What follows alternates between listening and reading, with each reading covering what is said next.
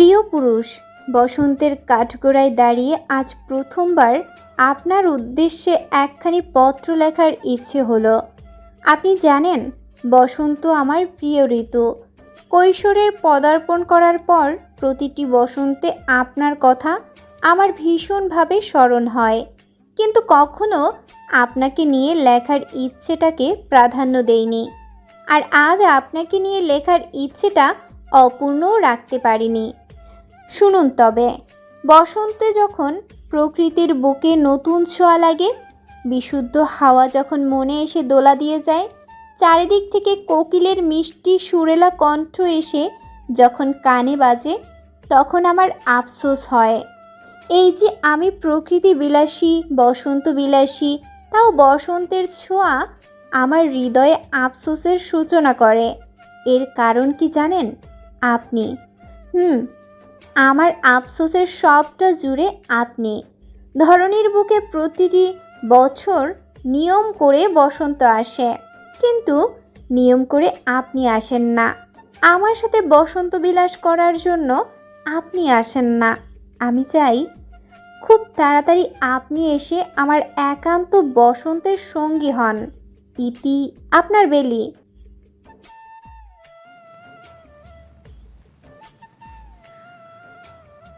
পহেলা ফাল্গুন। পত্রটা লিখে খামে পুড়ে একটা কাঠের বক্সে যত্ন করে তুলে রাখলো বেলি। বেলির মনটা আজ ভীষণ খারাপ। ঠিক যেমন রোদের আকাশে হুট করে মেঘের দেখা মেলে, তেমন বেলির মনেও যেন হুট করে আজ মেঘের অস্তিত্ব প্রকাশ পেয়েছে। তবে এখন প্রকৃতিতে মেঘের দেখা নেই বললেই ভালো, কেননা প্রকৃতির রূপে সদ্য বসন্তের ছোঁয়া লেগেছে যে। মেঘ শুধুই বেলির মনে। এই যে বেলি একজন মানুষকে উদ্দেশ্য করে গোটা একখানি পত্র লিখে ফেলল, বাস্তবে সেই মানুষটার এখনো পর্যন্ত কোনো অস্তিত্ব নেই। কারণ বেলির পত্রখানা লেখা হলো শুধু তার ভবিষ্যতের একান্ত মানুষটাকে ঘিরে, যাকে সে চিনে না, জানে না। কেন যেন বেলি প্রেমে বিশ্বাস করতে পারে না। আর ছোট থেকেই তাকে শিক্ষা দেওয়া হয়েছিল ছেলেপক্ষদের সাথে, ছেলেপেলেদের সাথে না মিশতে। বেলি পরিবারের সেই শিক্ষা এখনো ধরে রেখেছে। তাই তো তার যত অপেক্ষা ভাগ্য পুরুষকে ঘিরে। দর্শনা বণিক বেরি। ছোট থেকেই বাড়ির সবাই আদর করে বেরি বলে ডাকে। সে সদ্য 17-তে পা রাখা সপ্তদশী কন্যা। বেরির বাবা অশোক বণিক, যিনি একজন ব্যবসায়ী, আর বেরির মা নীরবী বণিক, যার কাজ সাধারণত 2 হাত দিয়ে নিজের সংসার আগলে রাখা। বেলিরা 2 ভাই বোন। বেলির বড় ভাই নির্দয় বণিক, যে তার বাবার সাথে ব্যবসার কাজে নিযুক্ত। নির্দয়ের বউ অপরূপা আর তাদের একমাত্র মেয়ে মিহি, এবং নির্দয় বেলির ঠাকুরমা ঠাকুরদাদাকে নিয়েই পুরো বণিক পরিবার। বেলিদের গ্রামের নাম মাকুন্দা। মাকুন্দা গ্রামের সব থেকে অবস্থা সম্পন্ন পরিবার হলো বণিক পরিবার। মাকুন্দা গ্রামের জমি জমার অর্ধেকই বণিকদের। প্রতি বছর তারা বিভিন্ন ফসল মশলা উৎপাদন করে শহরে বিক্রি করে। এছাড়া মাকুন্দা গ্রাম ও আশেপাশের গ্রামের মানুষরা স্বল্প মূল্যে বণিকদের কাছ থেকে সারা বছর বিভিন্ন ফসল ক্রয় করে থাকেন। এদিক দিয়ে বণিক পরিবারের সুনাম মানুষের মুখে মুখে। সময়টা ভোর 6টা। দোতলার একটি ঘরে গ্রামোফোন থেকে রবীন্দ্রসঙ্গীতের সুর ভেসে আসছে। বেলির ঠাকুর দাদা মিহির কান্ত বণিক প্রতিদিন খুব ভোরে ঘুম থেকে উঠে রবীন্দ্রসঙ্গীত শোনেন। এটা তার নিত্য নৈমিত্তিক অভ্যাস। আর তার শিওরে বসে তার স্ত্রী মনোরমা বণিকও রবীন্দ্রসঙ্গীত শোনেন। এতক্ষণ যাবৎ সেই সুর শুনতে শুনতে বেলি তার ভবিষ্যতের একান্ত পুরুষকে নিয়ে লিখছিল। বেলি পত্র লিখন খুঁচিয়ে দক্ষিণের জানালায় উদাস নয়নে চেয়েছিল। আকস্মিক তার মায়ের ডাকে চমকে ওঠে। নীরবী বণিক বললেন, এতক্ষণ ধরে তোকে ডাকছি, মন কই থাকে? তাড়াতাড়ি ওপরে যা, তোর দাদু ঠাকুমাকে ডেকে নিয়ে আয় পাত্র রাসের জন্য। মায়ের কথায় বেলি দোতলায় গিয়ে দাদা ঠাকুরমাকে ডেকে নিয়ে এলো। এই বাড়ির নিয়ম ভোর 6টা থেকে 7টার মধ্যে সবাইকে প্রাতরাশ সম্পন্ন করতে হবে। নিয়মটা মিহির কান্ত বণিক শুরু করলেও বয়স হওয়ার সাথে সাথে এখন তিনি তার সব নিয়ম ভুলতে বসেছেন। তাই অশোক বণিকে বাবার করা সব নিয়ম যেন নিজ হাতে ধরেছেন। প্রাতরাশ সম্পূর্ণ হওয়ার পর বেলির বাবা আর দাদা ব্যবসায়ের কাজে বাইরে চলে যান। আর এটাই সুযোগ বেলিকে আর ঘরে পাইকে। সে এক ছুটে ঘর ছেড়ে বের হয়ে গেল। এবার পুরো গ্রাম টই টই করে ঘুরবে সে। মাকুন্দা গ্রামে একটি সুন্দর অরণ্য রয়েছে, যার নাম মধু হাওয়া। অরণ্যের একপাশে একটি সুন্দর নদী বয়ে চলেছে, যার কলকল স্রোতধারা জনমানবের মনে শান্তি বর্ষণ করে। নদীর ধারে কতগুলো নৌকা বাঁধা। প্রভাতের সূর্য রোশনি এসে শান্ত টলমল নদীর জলে লুকোচুরি খেলায় ব্যস্ত। বাঁধা নৌকাগুলোর পায়েও গায়েও যেন সূর্য রোশনি উঁকে দিচ্ছে। বেলি এখন নদীর পাড়ে বসে আছে, তার সই বিনির অপেক্ষায়। বিনি এলে দুজনে মিলে নদীর অন্য পাড়ে অরণ্যের ধারে গাছ থেকে ফল পেড়ে নিয়ে আসবে। তার অপেক্ষায় থাকতে থাকতে বেলি একধানে শান্ত টলমলে জলের গভীরতায় যেন হারিয়ে গেল। কিছুক্ষণ পর হঠাৎ পেছন থেকে কারো ধাক্কায় বেলির চেতনা ফিরে আসে। বেলি তাকিয়ে দেখে বিনি এসেছে। বিনি ওকে বলল, কিরে, তোকে কতক্ষণ ধরে ডাকছি, শুনতে পাসনি? কই হারালি? প্রত্যুত্তরে বেলি বলল, কি কই হারালাম? আর তুই এত জোরে ধাক্কা মেরেছিস, আর একটু হলে সোজা নদীতে পড়তাম। এই বলে বেলি মুখ বাঁকালো। বিনি হাসতে হাসতে বলল, আরে এত কথা না বলে চল এখন নদীর পাড়ে যাই, ফুল আর ফল সংগ্রহ করব। এই বলে দুজন একটি ছোট নৌকায় উঠল। মতিন মাঝিকে বেলি বলল, কাকু, একটু ওই পারে নিয়ে চলো তো। ঋতুর বদলের কারণে প্রকৃতি যেন নতুন রূপে সেজেছে। দুই সই প্রকৃতির রূপ অবলোকন আর গল্প করতে করতে নদীর ওপর পাড়ে গিয়ে নামল। নদীর এপারে সারি সারি হিজল গাছ, যেগুলোতে আপাতত কোনো ফুল নেই। বিনির কণ্ঠে এজন্য আফসোসের সুর, কিন্তু বেলির এতে কোনো হেলদোল নেই, কারণ হিজল ফুল তার পছন্দ নয়। তার পছন্দ বেলি ফুল। নিজের নামও বেলি, আবার পছন্দের ফুলও বেলি। এবার একটু হেঁটে সামনে গিয়ে দেখলো পেয়ারা গাছে কত কত পেয়ারা ঝুলছে। কোনো রকম একটা লটকি দিয়ে পেয়ারা পেরে নিল। দুজনে ভাগ করে যার যার শাড়ির আঁচলে পেয়ারা বেঁধে ফেরার পথ ধরছিল। তখনই বেলির নজরে পড়ল ছোট্ট একটি বেলি ফুল গাছ, যেটি পেয়ারা গাছের পেছনে অবস্থিত। ওখান থেকে দুটো ফুল ছিঁড়ে একটি নিজের চুলে গুজল, আর অন্যটি বিনির চুলে গেঁথে দিয়ে দুজনে আবার নৌকায় উঠল। মধু হাওয়ার সীমানা পেরিয়ে দুই সই মিলে গ্রামের মাটির রাস্তায় এদিক ওদিক হাঁটছিল। হঠাৎ বেলির নজর পড়ল একটু দূরে গরুর গাড়িতে, কারণ গাড়ির মধ্যে তার বাবাকে আসতে দেখা যাচ্ছে। বেলির চোখ যেন ভয়ে বেরিয়ে আসবে এমন বড় আকার ধারণ করলো। কোনো রকম বিনিকে বিদায় জানিয়ে ছুটল বাড়ির দিকে। একেবারে এক দৌড়ে ঘরে পৌঁছে থামলো। দৌড়ে আসার কারণে আঁচল থেকে পেয়ারাগুলো মেঝেতে ছড়িয়ে পড়ল। সামনে বেলির দাদা নির্দয়ের 3 বছরের মেয়ে নিহি হা করে তার পিসিমণির দিকে তাকিয়ে আছে। তার ছোট মাথায় কিছুই ঢুকছে না, তাই জোরে তার মাকে ডেকে আধো আধো বুড়িতে বলল,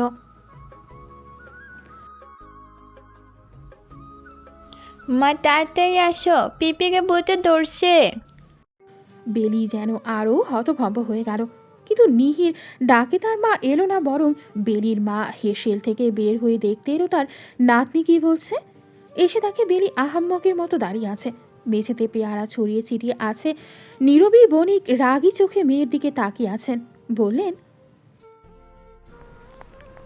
বারবার বারণ করেছি এসব ধিঙ্গিপানা না করতে, তোর জন্য আমাকে ওনার কাছে কথা শুনতে হয়। আমি নাকি মেয়েকে শাসন করতে পারি না। এত বড় হয়েছিস, ধিঙ্গিপানা কবে বাদ দিবি? উনি আসুক, আমি নিজেই আজ তোর কথা বলবো। এই বলে বেনির মা আবার হেসে চলে গেলেন। বেলি ছোট্ট নিহির গাল টেনে দিয়ে নিজের পেয়ারা কুড়িয়ে নিয়ে ঘরে চলে গেল। আর এদিকে ছোট্ট নিহি এখনো বুঝল না তার পিসিমণির কি হয়েছে, আর ঠাকুরমা বকলই বা কেন। বেলি বাবার ভয়ে নিজের ঘরে চুপটি মেরে বসে আছে। একটু পরে বাবার কণ্ঠ শুনতে পেলে অশোক বণিক তার স্ত্রীকে জিজ্ঞেস করছেন, বেলি কি বাড়ি ছেড়ে বের হয়েছিল নীরবী? মনে হলো ওকে যেন তেঁতুলদের বাড়ির পাশে রাস্তায় দেখলাম। না, বেলি তো বাড়িতেই ছিল। বেলির মা যতই বলুক ওর বাবাকে সত্যটা বলে দেবেন, তাও মেয়েকে আড়াল করার জন্য মিথ্যে বলেন। মায়ের কণ্ঠ শুনে বেলির মুখে হাসি ফুটল। একটু পরে পেয়ারাগুলো নিয়ে অপরূপার ঘরে গেল, গিয়ে বলল, বৌদিদি দেখো তোমার জন্য পেয়ারা নিয়ে এসেছি, এসো এগুলা নুন মরিচ দিয়ে মেখে খাবো। আহা, ভেবেই জিভে জল আসছে। তুমি বসো ননদিনী, আমি হেসেল থেকে মাখিয়ে নিয়ে আসছি। অপরূপা এই কথা বলে চলে যাচ্ছিল, তখন হুট করে নিহি দৌড়ে এসে বায়না ধরল ও পেয়ারা মাখা হবে। বসন্তের বৈরী হাওয়ায় দিনগুলো যেন খুব তাড়াতাড়ি ফুরিয়ে যাচ্ছে। বেলির মন খারাপের রেশ যেন আজ খানিকটা উকে ঝুঁকে দিচ্ছে। অবশ্য মন খারাপ না হয়ে আর উপায় কি, যেখানে বেলি প্রতিদিন একবার হলেও গ্রামের আনাচে কানাচে মধু হাওয়ার অরণ্যে নদীর ধারে ঘুরে বেড়ায়, সেই বেলি আজ 15 দিবস ধরে ঘর থেকে বের হতে পারেনি। তাছাড়া তার প্রাণের সই বিনির সাথেও দেখা হলো না। গতকাল বাবার কাছে ধরা পড়ে যাওয়ার ভয় আর বেলির বাবার শরীরটা বেশ কয়েকটা দিন ধরে একটু খারাপ থাকায় বাড়িতে সময় বেশি কাটাচ্ছেন, যার ফলে বেলির এখন এই দশা। তাই আজ আবার বেলির মনে পড়ল তার ভাগ্য পুরুষের কথা। তৎক্ষণাৎ একটা কাগজ আর কলম নিয়ে বসে পড়ল। 16ই ফাল্গুন। প্রিয় পুরুষ, আপনাকে নিয়ে লেখার কথা ভাবলে মনে হয় কত শত শব্দাবলী আমার কল্পনার ঝাঁকে ঝাঁকে উড়ে বেড়ায়। মনে হয় যেন পাতার পর পাতা শুধু আপনাকে নিয়ে লিখলেই ফুরিয়ে যাবে। কিন্তু এই যে এখন লিখতে শুরু করলাম, মনে হচ্ছে কোনো শব্দই আমার কাছে ধরা দিচ্ছে না। আমার মন মস্তিষ্ক সব যেন ফাঁকা হয়ে যায়। আমার একটা ভীষণ ইচ্ছে আছে, শুনবেন? এই বসন্তে যেন আপনার সাথে প্রথম সাক্ষাৎটা হয়ে যায়। বসন্তপ্রিয় কন্যার কল্পপুরুষ যদি বসন্তে এই কন্যার নিকট ধরা দেয়, তাহলে ব্যাপারটা কি নিদারুণ সুন্দরী হবে বলুন। ভাগ্যপুরুষের সাথে বেলির সাক্ষাতের ক্ষণটা অতি শীঘ্রই আসুক। ইতি আপনার বেলি। বেলি দ্বিতীয় পত্রটাও সুন্দর করে ভাঁজ করে কাঠের বক্সে তুলে রাখলো। তাই এইবার নিজের ঘন কেশে গেঁথে রাখা একটা বেলি ফুল খুলে নিয়ে পত্রের ভাঁজে রেখে দিল। বসার ঘরে মিহিরকান্ত বণিক আর অশোক বণিক বসে ব্যবসার বিভিন্ন কথাবার্তা বলায় ব্যস্ত। নির্দয় প্রাতরা সেরে অনেক আগেই বেরিয়ে গেল। মনোরমা বণিক এতটা চেয়ারে বসে পান সাজাতে ব্যস্ত। নীরবী আর অপরূপা হেসে নে। মনোরমা বণিক পান সাজাতে সাজাতে নাতনিকে ডাক দিলেন। এই সময়টাতে বেরি সবসময় মনোরমার পাশে বসে তার পান সাজিয়ে দেয়। আজ আসছে না দেখে নিজেই ডাক দিলেন। একটু পরে বেলি বসার ঘরে এলো, মনোরমার পাশে বসে পান সাজাতে লাগলো। মনোরমা বললেন, তোর মন খারাপ নাকি দিদি ভাই? মুখটা কেমন শুকনো শুকনো লাগছে? প্রতিদিন তো আমি আসার আগেই বসার ঘরে হাজির থাকিস, আজ কি হলো? মনোরমা বণিকের কথায় বেলির বাবা ও বেলির দিকে তাকালো। বাড়ির সবাই বেলিকে বেলি বলে ডাকলেও একমাত্র তার বাবা দর্শনা বলে ডাকেন। দর্শনা, কি হয়েছে মা? কোনো সমস্যা হলে বাবাকে বলতে পারো। বাবার কথায় বেলি বলল, না বাবা, এমনি। তোমার মন খারাপের কারণ আমার বোধহয় জানা। নিহিকে নিয়ে একটু বাইরে থেকে ঘুরে এসো, মন ভালো হয়ে যাবে। তবে হ্যাঁ, বেশি দূরে যাবা না, আর অল্প কিছুক্ষণের মধ্যে বাড়ি ফিরবে। বেলি বাবার কথা শুনে অবাক হয়ে গেল, সাথে খুশিও হলো। তার বাবা তাকে বাইরে যেতে বারণ করে, আর আজ তার বাবাই তাকে বাইরে থেকে ঘুরে আসতে বলছে। এই খুশিতে বেলি দৌড়ে গিয়ে নিহিকে করে নিয়ে বাইরের দিকে ছুটল। পেছন থেকে মিহির কান্ত বণিক চেঁচিয়ে বলছেন, আসতে যা, পরে তো মুখে নকশা পাল্টে ফেলবি, তখন আবার বিয়ে দিতে পারবো না। বেলি বোধহয় দাদুর কথা শুনল না। সে এখন মুক্ত পাখি, তাকে আর পায়কে। এতদিন পর বাড়ি থেকে বের হয় বেলি প্রথমে গেল বিনির সাথে দেখা করতে। তাদের বাড়ির বিপরীত দিকে কয়েকটা বাড়ি পার হলেই বিনির বাড়ি। বিনিদের দোচালা ঘর। বিনির মা উঠোনে বসে সবজি করছিল। কাকিমা, বিনি কোথায়? বিনি তো তিলুর সাথে বের হলো, বোধ হয় বড় মাঠের ওই দিকে গেল। কতদিন পর আসলি, তাও নিহিকে নিয়ে। আয় একটু বসবি। না কাকিমা, পরে আসবো আবার, এখন বিনির কাছে যাই। বেলি এই কথা বলে বড় মাঠের দিকে প্রস্থান করলো। বড় মাঠটি গ্রামের সামনের প্রাঙ্গণে। ছোট ছোট বাচ্চা ছেলে মেয়েরা সবসময় এখানে নিজেদের মতো খেলাধুলা করে। প্রতিদিন বিকালে বাচ্চাদের পাশাপাশি বড় ছেলেপেলেরাও এই মাঠে আড্ডার পসরা সাজিয়ে বসে। বড় মাঠের দুপাশে সারি সারি বিভিন্ন গাছপালা মাথা উঁচু করে দাঁড়িয়ে আছে। সেগুলো যেন খেলায় ব্যস্ত ছোট্ট বাচ্চাদের নিজের ছায়ায় আগলে ধরেছে। বেলি মাঠে পৌঁছে নিহিকে নামিয়ে দিল। সেও বাচ্চা দলের সাথে খেলায় মেতে উঠল আর নিজে গিয়ে বিনি, তিলু আর টুসির সাথে গল্পে ব্যস্ত হয়ে পড়ল। সায়াহ্নের শুরু। অম্বরে নীলাভ আর লালচে আভা ছড়িয়ে সূর্য বিদায় নিতে ব্যস্ত। বণিক বাড়ি থেকে শঙ্খধ্বনি ভেসে আসছে। নীরবী আর অপরূপা পুজোর ঘরে। বেলি সেই মধ্যাহ্ন থেকে ঠাকুরদাদার ঘরে গিয়ে উপন্যাসে মুখ গুজে পড়েছিল। মিহিরকান্ত বণিকের উপন্যাস পড়ার বাতিক আছে। দোতলায় ওনার ঘরে একটা ছোটোখাটো লাইব্রেরি আছে, যেটাতে বিভিন্ন লেখকের বই। বেলিও তাই যে কোনো সময় নিজের মন মতো বইয়ের দুনিয়ায় হারিয়ে যায়। আজ সে বিভূতিভূষণ বন্দ্যোপাধ্যায়ের লেখা পথের পাঁচালী পড়েছিল। বইটা পড়ে শেষ করে দারুণ অনুভূতি আর উচ্ছ্বাস নিয়ে নিজের ঘরে গেল। বেলির ঘরের জানালাটা বাড়ির পেছন দিকে পড়ে। বাইরে থেকে দেখলে বোঝা যায় কি সুন্দর বাগান বিলাস ফুল পুরো জানালাটিকে ঘিরে রেখেছে। জানালার সামনে একটি 4 পোয়া টেবিল রাখা। টেবিলের ওপর কিছু উপন্যাসের বই আর বেলির প্রিয় কাঠের বক্স। বেলি ঘরে ঢুকে জানালার দিকে গেল। জানালা বন্ধ করবে বলে হুট করে তার নজরে পড়ল কাঠের বক্সের ওপর একটা ছোট্ট কাগজ রাখা। কাগজটি খুলতেই ভেতর থেকে একটা শুকনো ফুলের পাপড়ি টুপ করে পড়ে গেল। বেলি দেখল এটি হিজল ফুলের পাপড়ি। অতপর কাগজের লেখাটা পড়ল, মধু হাওয়া অরণ্যে আমার মন চলেছে অপরাহ্নে, তোমায় সাথে নিয়ে যেতে চাই সেই অরণ্যের হিজল পাড়ে। বেলি নিস্তব্ধ। তার মাথায় কিছুই আসছে না। এমন ছোট্ট চিরকুট তাকে কে দেবে?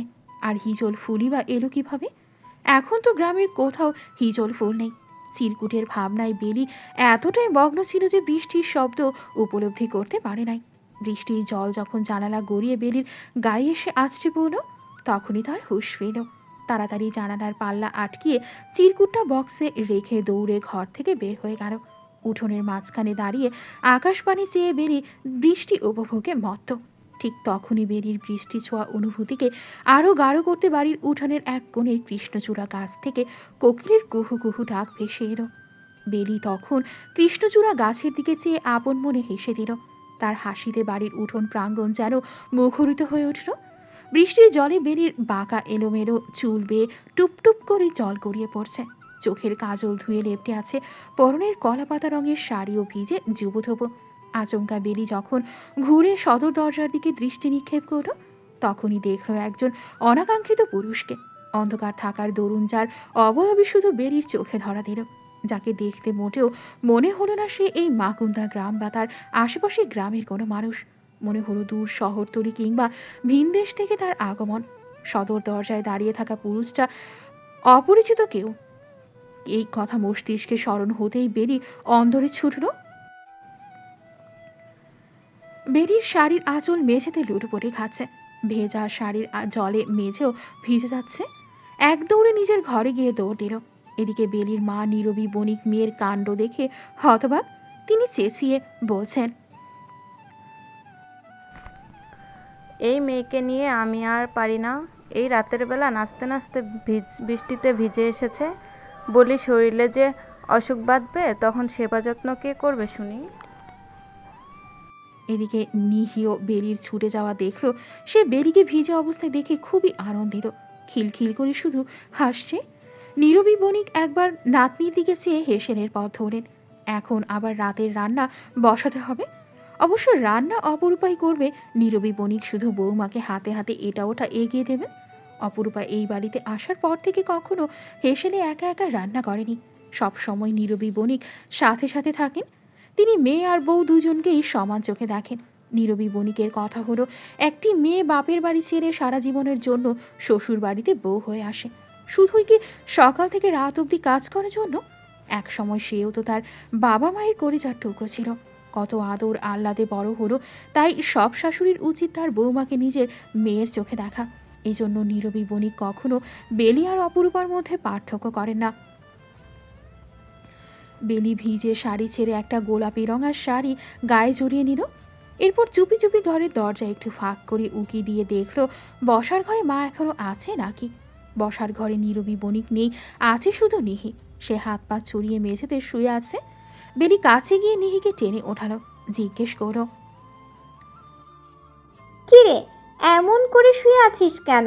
ঘরে কি তোর শোবার কোনো জায়গা নেই? নিহি মুখ ফুরিয়ে বলল, মাকে বলতি একটু মিঠাই দিতে, মা দেয়নি।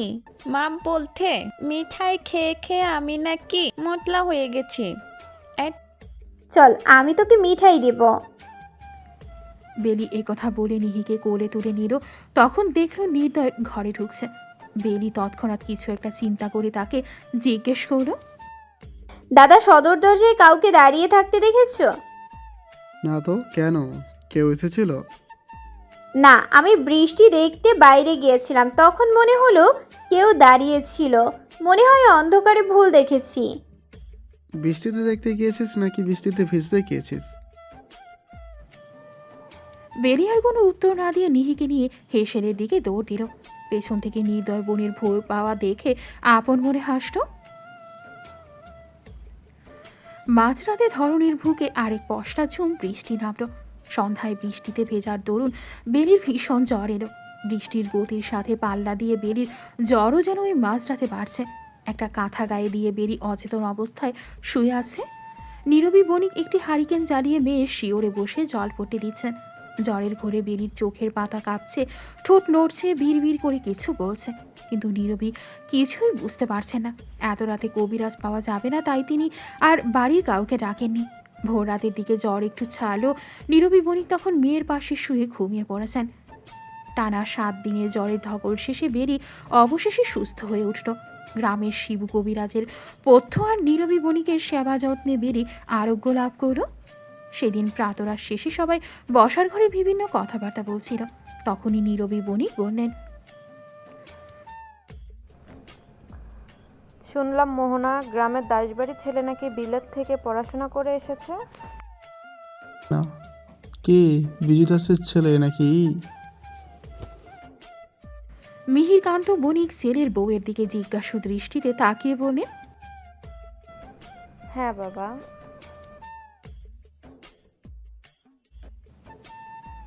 নির্দয় তখন জমির ফসল তদারক করার জন্য বের হচ্ছিল।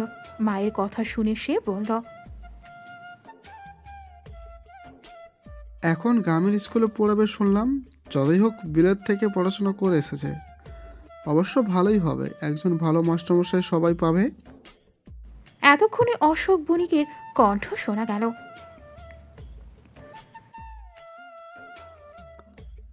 অবনীন্দ্র, তুমি এর কথা ভুলে গেলে বাবা? ছোটবেলায় আমাদের গ্রামে কত আসতো, আমাদের বাড়িতেও এসেছিল। হ্যাঁ, তারপর তো বেশ কয়েকটা বছর চলে গেল। দাসদের ছেলে বিলেত থেকে পড়াশোনা করে এসেছে, ভাবো কি কাণ্ড। অবশ্যই শুনলাম বিজুর কেমন দুঃসম্পর্কের বাই নাকি অবনীন্দ্রকে নিয়ে গেল, না হলে ওদের আর বিলেত যাওয়া। বেলি এতক্ষণ নিজের ঘরে বসে বাবা দাদার কথা শুনছিল। ও অবাক হলো, নিজের মনেই আওড়ালো, বাবা, বিলেত ফেরত মাস্টার মশাই আমাদের স্কুল পড়াবেন? বেলি আবার অনেকদিন পর বাড়ি থেকে বের হলো। অবশ্য এর আগে বিনির সাথে একবার দেখা হয়েছিল। ওর অসুখের কথা শুনে বিনি তাকে দেখতে এসেছিল। বিনিদের বাড়ি থেকে ওকে সঙ্গে নিয়ে দুজনে গেল মধু হাওয়া অরণ্যে নদীর ধারে। নদীর ধারে বিশাল একটা পুরনো বটগাছ আছে। দুজনে বটগাছের ছায়ায় বসল। এই নদী পার হয়ে ভিসুয়া গ্রামে যাওয়া যায়। সেই গ্রাম অনেক বড়। সেখানে প্রতি সপ্তাহে একদিন বড় হাট বসে। আশেপাশের সব গ্রামের মানুষরা নিজেদের জিনিসপত্র নিয়ে হাটে বিক্রি করতে যায়। বেলির বাবা ভাইও বিভিন্ন মশলা নিয়ে ভিসুয়া গ্রামে গেল। তাই তো বেলি কোনো রকম মধ্যাহ্ন ভোজ সেরে বের হয়ে গেল। নৌকার মাঝিদের আজ বিশ্রাম নেই। সপ্তাহের এই দিনই তাদের একটু বেশি উপার্জন করার দিন। আজ আর একটা নৌকাও ঘাটে বাঁধা নেই। বটগাছের ছায়ায় বসে বেলির মনে হলো আজকের অম্বর যেন একটু বেশি সুন্দর লাগছে। কেমন গাঢ় নীলচে আভা, নীলের মাঝে আবার সাদা সাদা উড়ো মেঘ ভেসে বেড়াচ্ছে। বেলি বিনিকে বলল, দেখ দেখ, আজকের আকাশ কত সুন্দর। তুই শুধু আকাশ দেখছিস, চারপাশে তাকেও একটু দেখ, কি সুন্দর গাছপালা থেকে বিভিন্ন পাখির গুঞ্জন শোনা যাচ্ছে। কত কত অতিথি পাখি এক গাছ ছেড়ে অন্য গাছের ডালে উড়ে বেড়াচ্ছে। বিনির কথায় বেলি বলল, ইস, যদি পাখি হতাম, পুরো প্রকৃতির রাজ্যে উড়ে বেড়াতাম। এই বিনি, বেলি ফুলের সুগন্ধ লাগছে, তুই পাচ্ছিস? তোর নাম বেলি, তাই তুই সারাক্ষণ বেলির সুবাস পাস, আমি পাচ্ছি না। বিনির কথায় বেলি হেসে উঠল। তার হাসি দেখে বিনিও নিজের হাসি আটকাতে পারল না। এই স্বল্প কথায় দুই সই প্রাণ খোলা হাসি হাসছে। বেলি কিছুক্ষণ পর বলল, একটা কথা শুনেছিস? পাশের গ্রামে কে নাকি বিলেত থেকে এসেছে। উনি নাকি আবার আমাদের গ্রামের বজ্রমোহন স্কুলে পড়াবেন। না। হ্যাঁ রে, শুনেছিস? আমার আফসোস হচ্ছে জানিস, আমাদের পড়াকালীন এমন ভালো মাস্টারমশাই ছিল না। বিলেত থেকে পড়ে আসা মাস্টারমশাই কেমন হয় তা জানতে ইচ্ছে করে। বিনির কথা শুনে বেলি হেসে বলল, তাহলে আবার স্কুলে ভর্তি হয়ে যা। দূর, মজা করবি না তো। বেলিদের গ্রামে এই একটা স্কুলই আছে, তাও মেট্রিক ক্লাস পর্যন্ত। আশেপাশে সব গ্রামের ছেলেমেয়েরা স্কুলেই পড়ে। বেলি বিনি দুজনেই মেট্রিক পাস, তারপর আর পড়ালেখা হয়নি। অবশ্য হবে আর কিভাবে? এর বেশি পড়তে হলে দূর শহরতলিতে পড়তে হবে, তাও আবার বোর্ডিংয়ে থেকে। বিনিদের তেমন সামর্থ্য নেই, তার উপর আবার মেয়ে মানুষ, অত দূরে গিয়ে পড়া কল্পনা করা উচিত নয়। একই কারণে বেলির পরিবারের সামর্থ্য থাকার পরও বেলির পড়াশোনা মেট্রিক ক্লাস পর্যন্ত। গল্প করতে করতে কখন যে সূর্য বিদায় নেবার পথে ধরো, দুজনের একজনও তার টের পেল না। কথার মাঝেই বিনি আচমকা বলে উঠল, বেলি, আধার নামছে, চল বাড়ি ফিরতে হবে। বিনির কথায় বেলিরও হুঁশ ফেল। তারপর দুজনে যে যার গন্তব্যে প্রস্থান করল। বেলি অন্দরে ঢুকে দেখল নিহি কোমরে হাত দিয়ে দাঁড়িয়ে আছে। ওকে দেখেই নিহি বলল, এতক্ষণ কোথায় ছিলে পিতি? তোকে কেন বলবো রে, আসছে আমার গিন্নি। বেলি এই কথা বলে নিজের ঘরে যেতে লাগলো। তখন আবার তার ঠাকুরমা মনোরমা বণিক ডেকে উঠলেন, এই এখন বাড়ি আসার সময় হলো? ধর্মকর্ম ঠাকুর পুজো কিছুই তো স্বভাবে নেই, শুধু টই টই করে ঘোরা। বেশি বকো না তো বুড়ি, আমি গেলাম। বেলি মুখ ভেংসি দিয়ে বেনি দুড়িয়ে ঘরে ঢুকলো। পেছন থেকে মনোরমা বণিক বলে চলেছেন, আপাতত এত বড় হলো তাও বড়দের সম্মান দিতে জানে না, আমাকে বলে বুড়ি। আমি বুড়ি? কোন দিক দিয়ে বুড়ি মনে হয়? তো মনোরমা বণিকের কথা শোনার জন্য কেউই বসার ঘরে নেই। যদিও নিহি আছে, কিন্তু সে তো নিজের খেলনা নিয়ে খেলায় ব্যস্ত। বেলি কলপাড় থেকে হাত মুখ ধুয়ে এলো, তারপর নিজের ঘরে এসে আরশির সামনে বসে ঘন কেশে তেল লাগাচ্ছিল। ঠিক তখন আকস্মিকভাবে তার স্মরণ হলো সেদিনের চিরকুটের কথা। এতক্ষণ তার কাঠের বক্সটার দিকে নজর পড়ে নাই, কিন্তু তখন এগিয়ে দেখল, কিন্তু সেদিনের মতো বক্সটার উপর ছোট্ট আরেকটি চিরকুট রাখা। অতপর বেলি দ্বিতীয়বার আশ্চর্য হলো। বেলি চিরকুটের ভাঁজ খুলল, আবারও একটি হিজল ফুলের শুকনো পাপড়ি তার চোখে ধরা দিল। বেলি আনমনে চিরকুটটা পড়া শুরু করল। এক শ্রান্ত সন্ধ্যায় বিষাদগ্রস্ত অম্বর থেকে যখন জলের ধারা প্রবাহিত হচ্ছিল, ঠিক সেই মুহূর্তে দ্বিতীয়বার আমার চক্ষুজোড়া সাক্ষী হলো সুখ সুখ আবেশে জড়ানো এক বৃষ্টিবিলাসীর স্নিগ্ধ আদলে।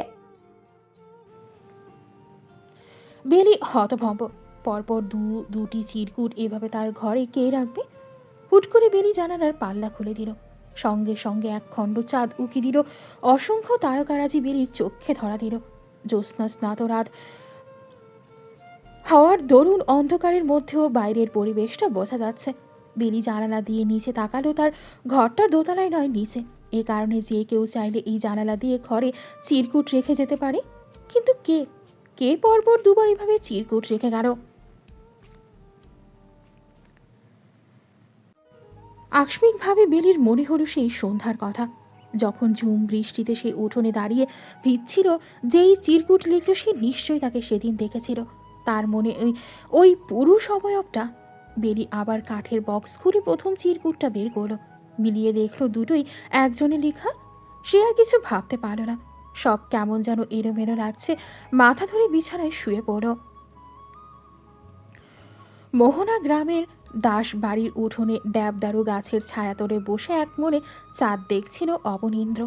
সে ছোটবেলা থেকে এই দেবদারুর ছায়ায় বসে জ্যোৎস্না রাতের সৌন্দর্য আস্বাদন করার মধ্যে এক স্বর্গীয় সুখ খুঁজে পায়। বিলেত যাওয়ার পর থেকেই মুহূর্তের জন্য কত যে কাতরতায় কাটিয়েছিল শুধু অবনীন্দ্রই জানে। তাই তো বাড়ি ফেরার পর থেকে প্রতি রাতে অল্প কিছুক্ষণ সময় সে দেবদারু গাছের ছায়ায় বসে কাটায়। একটু দূরে উঠানের এক কোণে ছোট্ট রসুই ঘর। অবনীন্দ্রের মা তাপসী দাস রান্না চড়িয়েছে। বিজু দাস সারাদিন ক্ষেত খামারে অক্লান্ত পরিশ্রমের পর একটু বিশ্রাম নিচ্ছিলেন। এখন একটু পর উঠে বাইরে এলেন, ছেলেকে কাছে ডাকলেন। অবনীন্দ্র বাবাকে বলল, আপনি উঠলেন কেন বাবা? আর একটু বিশ্রাম নিতে পারতেন। কতদিন পর আমার একমাত্র ছেলে বাড়ি ফিরল, আমি একটু ছেলের সাথে গল্প সল্প করব, তা না বলিস তুই বিশ্রাম নিতে? সারাদিন কাজ করলে তো বিশ্রামের দরকার হয় বাবা। আর আপনাকে কত করে বলি ক্ষেত খামারের কাজ ছেড়ে দিন, এখন সংসার সামলানোর জন্য আমিই যথেষ্ট, আপনি তাও শোনেন না। বিজু দাস ছেলের কথা হেসে উঠলেন। হেসেল থেকে অবনীন্দ্রের মা বের হয়ে বললেন, তা উনি তোর কথা শুনবেই বা কেন? ওনার নাকি এসব কাজ রক্তে মিশে গেছে, উনি এসব ছাড়তে পারবে না। আমিও তোর বাবাকে বারবার করে বলেছি, বয়স তো কম হলো না, এবার শরীরটাকে একটু বিশ্রাম দেওয়া দরকার, কিন্তু আমার কথা শুনলে তো? স্ত্রীর কথা শুনে বিজু দাস একটু আনমনা হলেন। মা ছেলের কথোপকথনে তিনি নিজের স্মৃতিচারণে ব্যস্ত। তাদের অভাবের সংসার ছিল, দুই ছেলে মেয়ে নিয়ে কত না ক্ষেত থেকেছেন। মেয়েটাকে তেমন পড়াতে পারেননি, কয়েক বছর আগে বিয়ে দিয়ে দিলেন। ছেলেটাকে কষ্ট করে পড়িয়েছেন। মেট্রিক ক্লাসের পর অবনীন্দ্রকে আর পড়ানোর সামর্থ্য বিজু দাসের ছিল না। পরে তার এক দুঃসম্পর্কের ভাই অবনীন্দ্রের পড়ালেখার প্রতি আগ্রহ দেখে নিজেই অবনীন্দ্রকে বিলেত নিয়ে গেলেন। সেখানে তার কাছে রেখে পড়ালেখা করালেন। অবনীন্দ্র সেখানে কয়েক মাস যাবৎ চাকরিও করেছিল। তারপর গ্রামে নিজের মা বাবার কাছে ফিরে এলো। বিজু দাস যখন অবনীন্দ্রকে বাড়ি ফেরার কারণ জিজ্ঞেস করলেন, তখন অবনীন্দ্র বলল তার নাকি আর সেখানে থাকার ইচ্ছে নেই, গ্রামে মা বাবার কাছে থাকবে। এমনকি এখানকার স্কুলে মাস্টারি করার প্রমোশন নিয়েই সে বাড়ি ফিরল। অবশ্য ছোটবেলা থেকে অবনীন্দ্রের গ্রামের প্রতি আলাদা মায়া ছিল, তাই সে নিজের গ্রাম ছেড়ে অত দূরে থাকতে পারেনি। নীরবী বণিক সেই কখন থেকে রাতের খাবার খাওয়ার জন্য বেলিকে ডাকছেন। এদিকে বেলির কোনো সারা শব্দ নেই। মেয়ের ঘরে গিয়ে দেখলেন সে নিদ্রায় বিভোর। নীরবী বণিক মেয়েকে কয়েকবার ধাক্কা দিয়ে তারপর ওঠালেন। বেলি না খাওয়ার বায়না ধরল। তার চোখে যেন নিদ্রারাজ এসে বিরাজ করছে, কিছুতেই চোখ মেলে তাকাতে পারছে না। এদিকে ছোট্ট নিহিও তার ঠাকুরমার পেছন পেছন বেলির রুমে এলো। পিসিমণির এই অবস্থা দেখে নিহি বলল, তুমি এত বড় হয়েও আমার আগে ঘুমিয়েছ, আর দেখো আমার চোখ এখনো ইয়া বড়। নিহি তার দু হাত দিয়ে নিজের চোখ টেনে ধরে কথা বলছিল। তখন অপরূপা এসে মেয়েকে কোলে তুলে নিয়ে যেতে যেতে বলল, বেশ পাকনা হয়ে গেছো বুঝি, চলো খেতে চলো, খাবার নিলেই পালাই পালাই করে। বেলিকে ধাক্কা দিয়ে তুলেও আর খাওয়ানো গেল না, সে আবার শুয়ে ঘুমিয়ে গেল। নীরবী বণিক উপায় না পেয়ে ঘরের দৌড় টেনে প্রস্থান করলেন। তাপসী দাস খাবার পরিবেশনে ব্যস্ত। বাবা ছেলে খুব আয়েশ করে খাচ্ছে। অবনীন্দ্র বাড়ি ফেরার পর থেকে তাপসী প্রতিদিন অনেকগুলো পদ রান্না করেন। ছেলেটা কতদিন মায়ের হাতের রান্না খায়নি, একথা মনে করে মায়ের বুক কেমন করে ওঠে। অবনীন্দ্র বাবাকে বলল, ভাবছি অরুমিনাকে কালকে গিয়ে নিয়ে আসবো, আমি এখনও আমার একমাত্র ভাগ্নেকে দেখলাম না।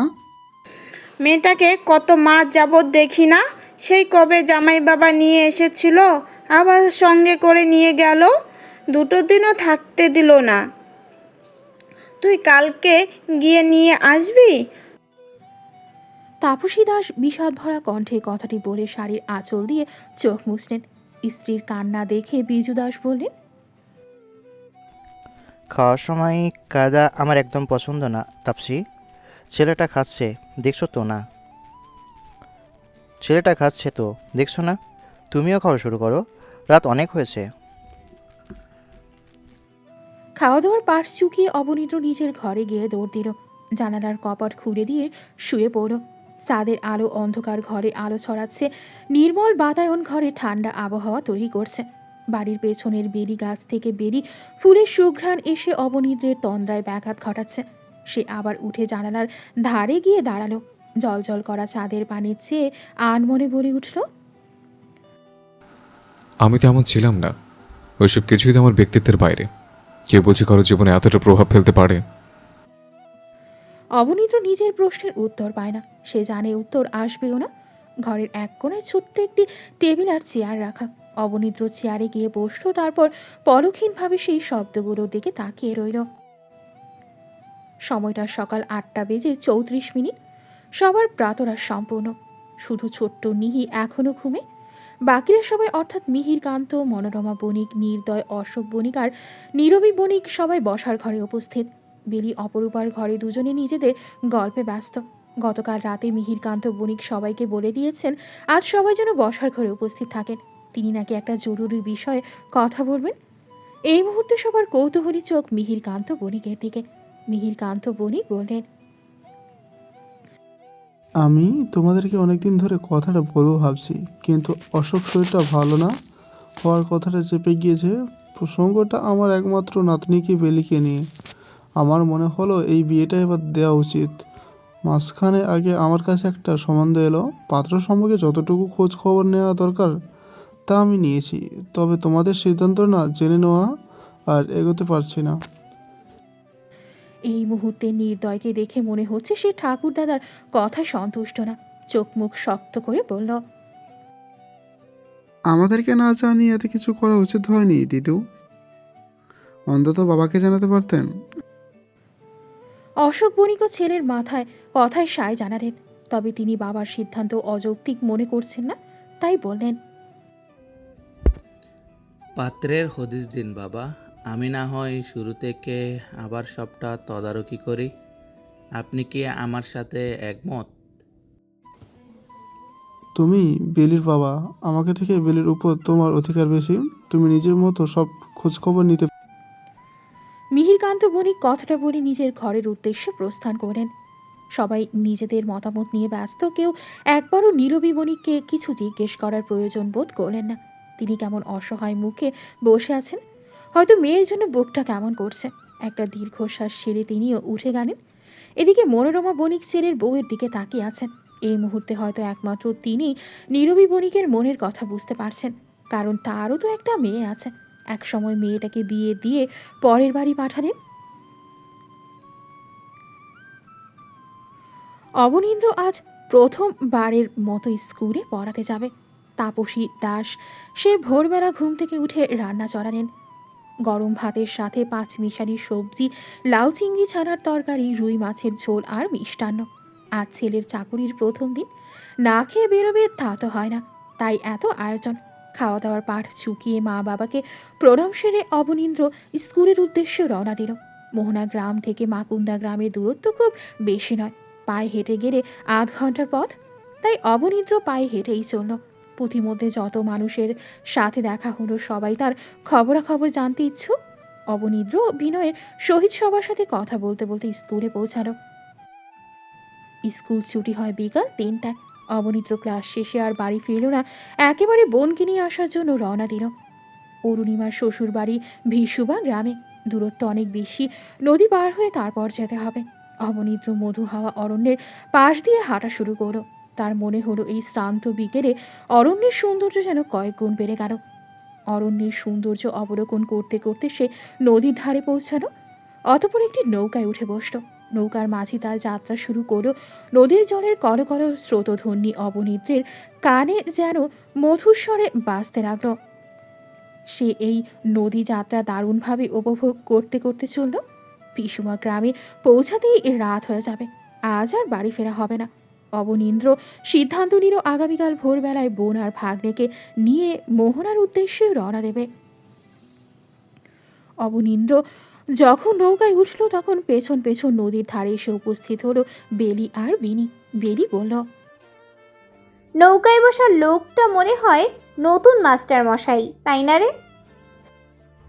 হ্যাঁ, দেখেছিস মাস্টার মশাইয়ের পোশাক পরিধান সব ভিন্ন দেশিদের মতো।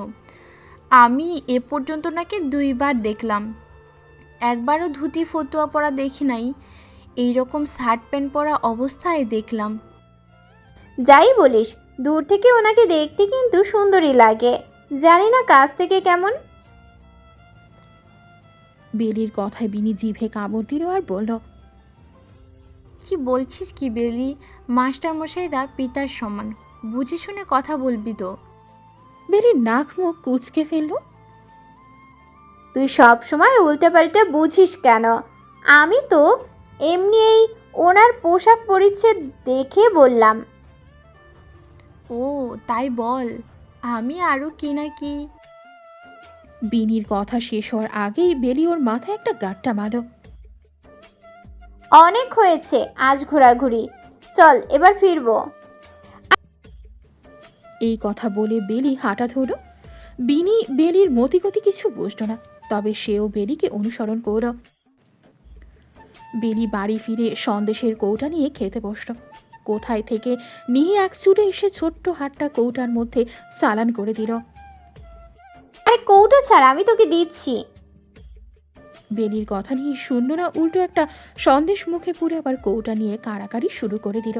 বেলি এবার বেশ কয়েকটা সন্দেশ নিয়ে কৌটাটা নিহির হাতে দিয়ে নিজের ঘরে চলে গেল। এদিকে নিহি বুঝতো তার পিসি তাকে ঠকিয়ে বেশি সন্দেশ নিয়ে চলে গেল। বুঝেই কান্নাকাটি শুরু করে দিল। নীরবী বণিক নাতনির কান্না শুনে এলেন। এবার বেলিকে বকা শুরু করলেন। এত বড় মেয়ে হয়েও ছোট ভাতিজার সাথে খাবার নিয়ে কাড়াকাড়ি করিস, তোর লজ্জা করে না বেলি? প্রতি উত্তরে বেলি নিজের ঘরে থেকেই বলল, খাবারই তো নিয়ে খেলাম, এতে লজ্জার কি আছে মা? বেলির কথায় নীরবী বণিক আর কিছু বললেন না। এই মেয়েকে বোঝানো তার কর্ম নয়। অতপর নাতনিকে কোলে নিয়ে কান্না থামাতে লাগলেন। এদিকে বেলি ঘরে ঢুকে তৃতীয়বার অবাক হলো। গত 2 বারের মতো এবারও টেবিলের ওপর একটা কাগজ ভাঁজ করে রাখা, তার উপন্যাসের বইগুলোর ওপর। এবার অবশ্য অবাকের সাথে সাথে বেলির মাথায় দুশ্চিন্তাও ছেকে বসল। এসব চিরকুটের কথা যদি ঘুণাক্ষরেও মা বাবা বা দাদা টের পেয়ে যায় তাহলে বেলির আর রক্ষে হবে না। বেলি কাগজটা নিয়ে বিছানায় বসত। মনে হচ্ছে বুকের ভেতরটা দুরু দুরু কাঁপছে, হাতের আঙুলগুলোও যেন কাঁপছে। আস্তে ধীরে কাগজটা খুলল। আবারও একটি শুকনো হিজল ফুলের পাপড়ি। বেলি শুকনো পাপড়িটি হাতে তুলে নিল, অতপর চিরকুটটা পড়া শুরু করল। নীলচে অম্বর আর সিঁদুররাঙা সূর্যকোণের নিম্ন একটি প্রাচীন বটগাছের ছায়ায় বসা এক মনোহরণী ধরা দিল একজন ব্যক্তিত্ববান পুরুষের মন মন্দিরে। সেই মনোহরণীর ঐন্দ্রজালে আটকা পড়ে সেই পুরুষের সবটুকু ব্যক্তিত্ব গুরুবালির মতো ঝরঝর করে ভুবনের পতিত হলো বলে। এর দায়ভার কার? সেই মনোহরণী নিশ্চয়ই, নাকি ঐন্দ্রজালে আটকে পড়া সেই পুরুষের? চিরকুটটা পড়ার পর বেলির মনে হলো তার এই ব্যক্তিত্ববান পুরুষটির সাথে দেখা করা দরকার। কারণ বেলি বুঝে গেছে এই পুরুষটা সব চিরকুট তাকে নিয়েই রেখেছে। সেদিন বিনি সহ মধু হাওয়ার পাশে নদীর ধারের বট গাছের নিচে বসেছিল সে, আর সেদিন চিরকুট রাখা লোকটা তাকে আবারও দেখেছিল। হঠাৎ করে বেলির মনে আবার ভয়ের উপদ্রব ফিরে এলো। বাড়ির কেউ যদি জেনে যায় তখন বেলির কি হবে? এ কথা ভেবে বেলির চোখ ছলছল করে উঠল। ভয়ের তাড়নায় বেলি চিরকুট সহ কাঠের বক্সটি চৌকির নিচে রেখে দিল, যাতে কারো চোখে না পড়ে। পরদিন দুপুরবেলা অবনীন্দ্র তার বোন আর ভাগ্নেকে নিয়ে বাড়ি পৌঁছালো। বিজু দাস তখন বাড়িতে ছিলেন না, খেতে গিয়েছেন। তাপসী দাস সবে রান্নার কাজ শেষ করে রসুই ঘর থেকে বের হলেন। অরুণিমা তাপসী দাসকে দেখে মা বলে ডেকে উঠল। তাপসী দাস তৎক্ষণাৎ ছুটে এসে মেয়েকে জড়িয়ে ধরে কেঁদে ফেললেন। অরুণিমাও অনেকদিন পর মাকে পেয়ে আর চোখের জল আটকাতে পারল না। তখন বিজু দাস বাড়িতে ঢুকলেন। তিনি খবর পেয়েছেন তার মেয়ে এসেছে, তাই আর দেরি করেননি, ক্ষেতের কাজ ছেড়ে ছুটে এসেছেন। এসেই 2 বছরের নাতিকে কোলে তুলে নিলেন। এতদিন পর মেয়ে, ছেলে আর নাতিকে একসঙ্গে পেয়ে বিজু দাসের বাড়ি যেন খুশিতে ভরে উঠল। খেতে বসে তাপসী মেয়েকে জিজ্ঞাসা করলেন, হ্যাঁ রে আরু, জামাই বাবা আসলো না যে? উনি কাজে ব্যস্ত মা, আমি যাওয়ার আগে খবর পাঠাতে বলেছেন, এসে নিয়ে যাবে। অবনীন্দ্র নিজেও খাচ্ছে, আবার ছোট্ট ভাগ্নেকেও খাইয়ে দিচ্ছে। ওকে সবাই আদর করে বাবুন বলে ডাকে। অবনীন্দ্র এটা ওটা বলেছে আর বাবুন হেসে গড়াগড়ি খাচ্ছে। ওর হাসি দেখে তাপসী আর বিজু দাসও হেসে চলেছেন। 2 দিন পরে আকাশ মেঘাচ্ছন্ন। সকাল থেকে সূর্য রশ্মি ধরণীর বুকে রোদের তাণ্ডব চালিয়েছে। মধ্যাহ্নের পর হুট করে মেঘের তাণ্ডব শুরু হলো। বেলির মনে হচ্ছে আকাশ রোদ আর বৃষ্টি নিয়ে সিদ্ধান্তহীনতায় ভুগছে। আকাশের এই রোদ, এই বৃষ্টির সিদ্ধান্তহীনতার মধ্যে বেলি একটা সিদ্ধান্ত নিল। সে তার কল্পপুরুষকে নিয়ে দেখবে। চিরকুট যেই দিক তাকে তো সে জানে না, সে শুধু তার কল্পপুরুষকে জানে। জানালার দিকে হুড়মুড় করে দক্ষিণা হাওয়া ঢুকছে। বাগান বিলাস ফুল হাওয়ার বেগে দুলছে। দৃশ্যটা বেলির কাছে খুবই মনোরম লাগলো। কাগজ কলম নিয়ে বেলি জানালার সামনের চেয়ারে পত্র লেখার জন্য বসল। সবেমাত্র লেখা শুরু করলো, তৎক্ষণাৎ অপরূপা ঘরে এলো। অপরূপার আওয়াজ শুনে বেলি চেয়ার ছেড়ে উঠে দাঁড়িয়ে বলল, কি গো বৌদিদি, কিছু বলবে?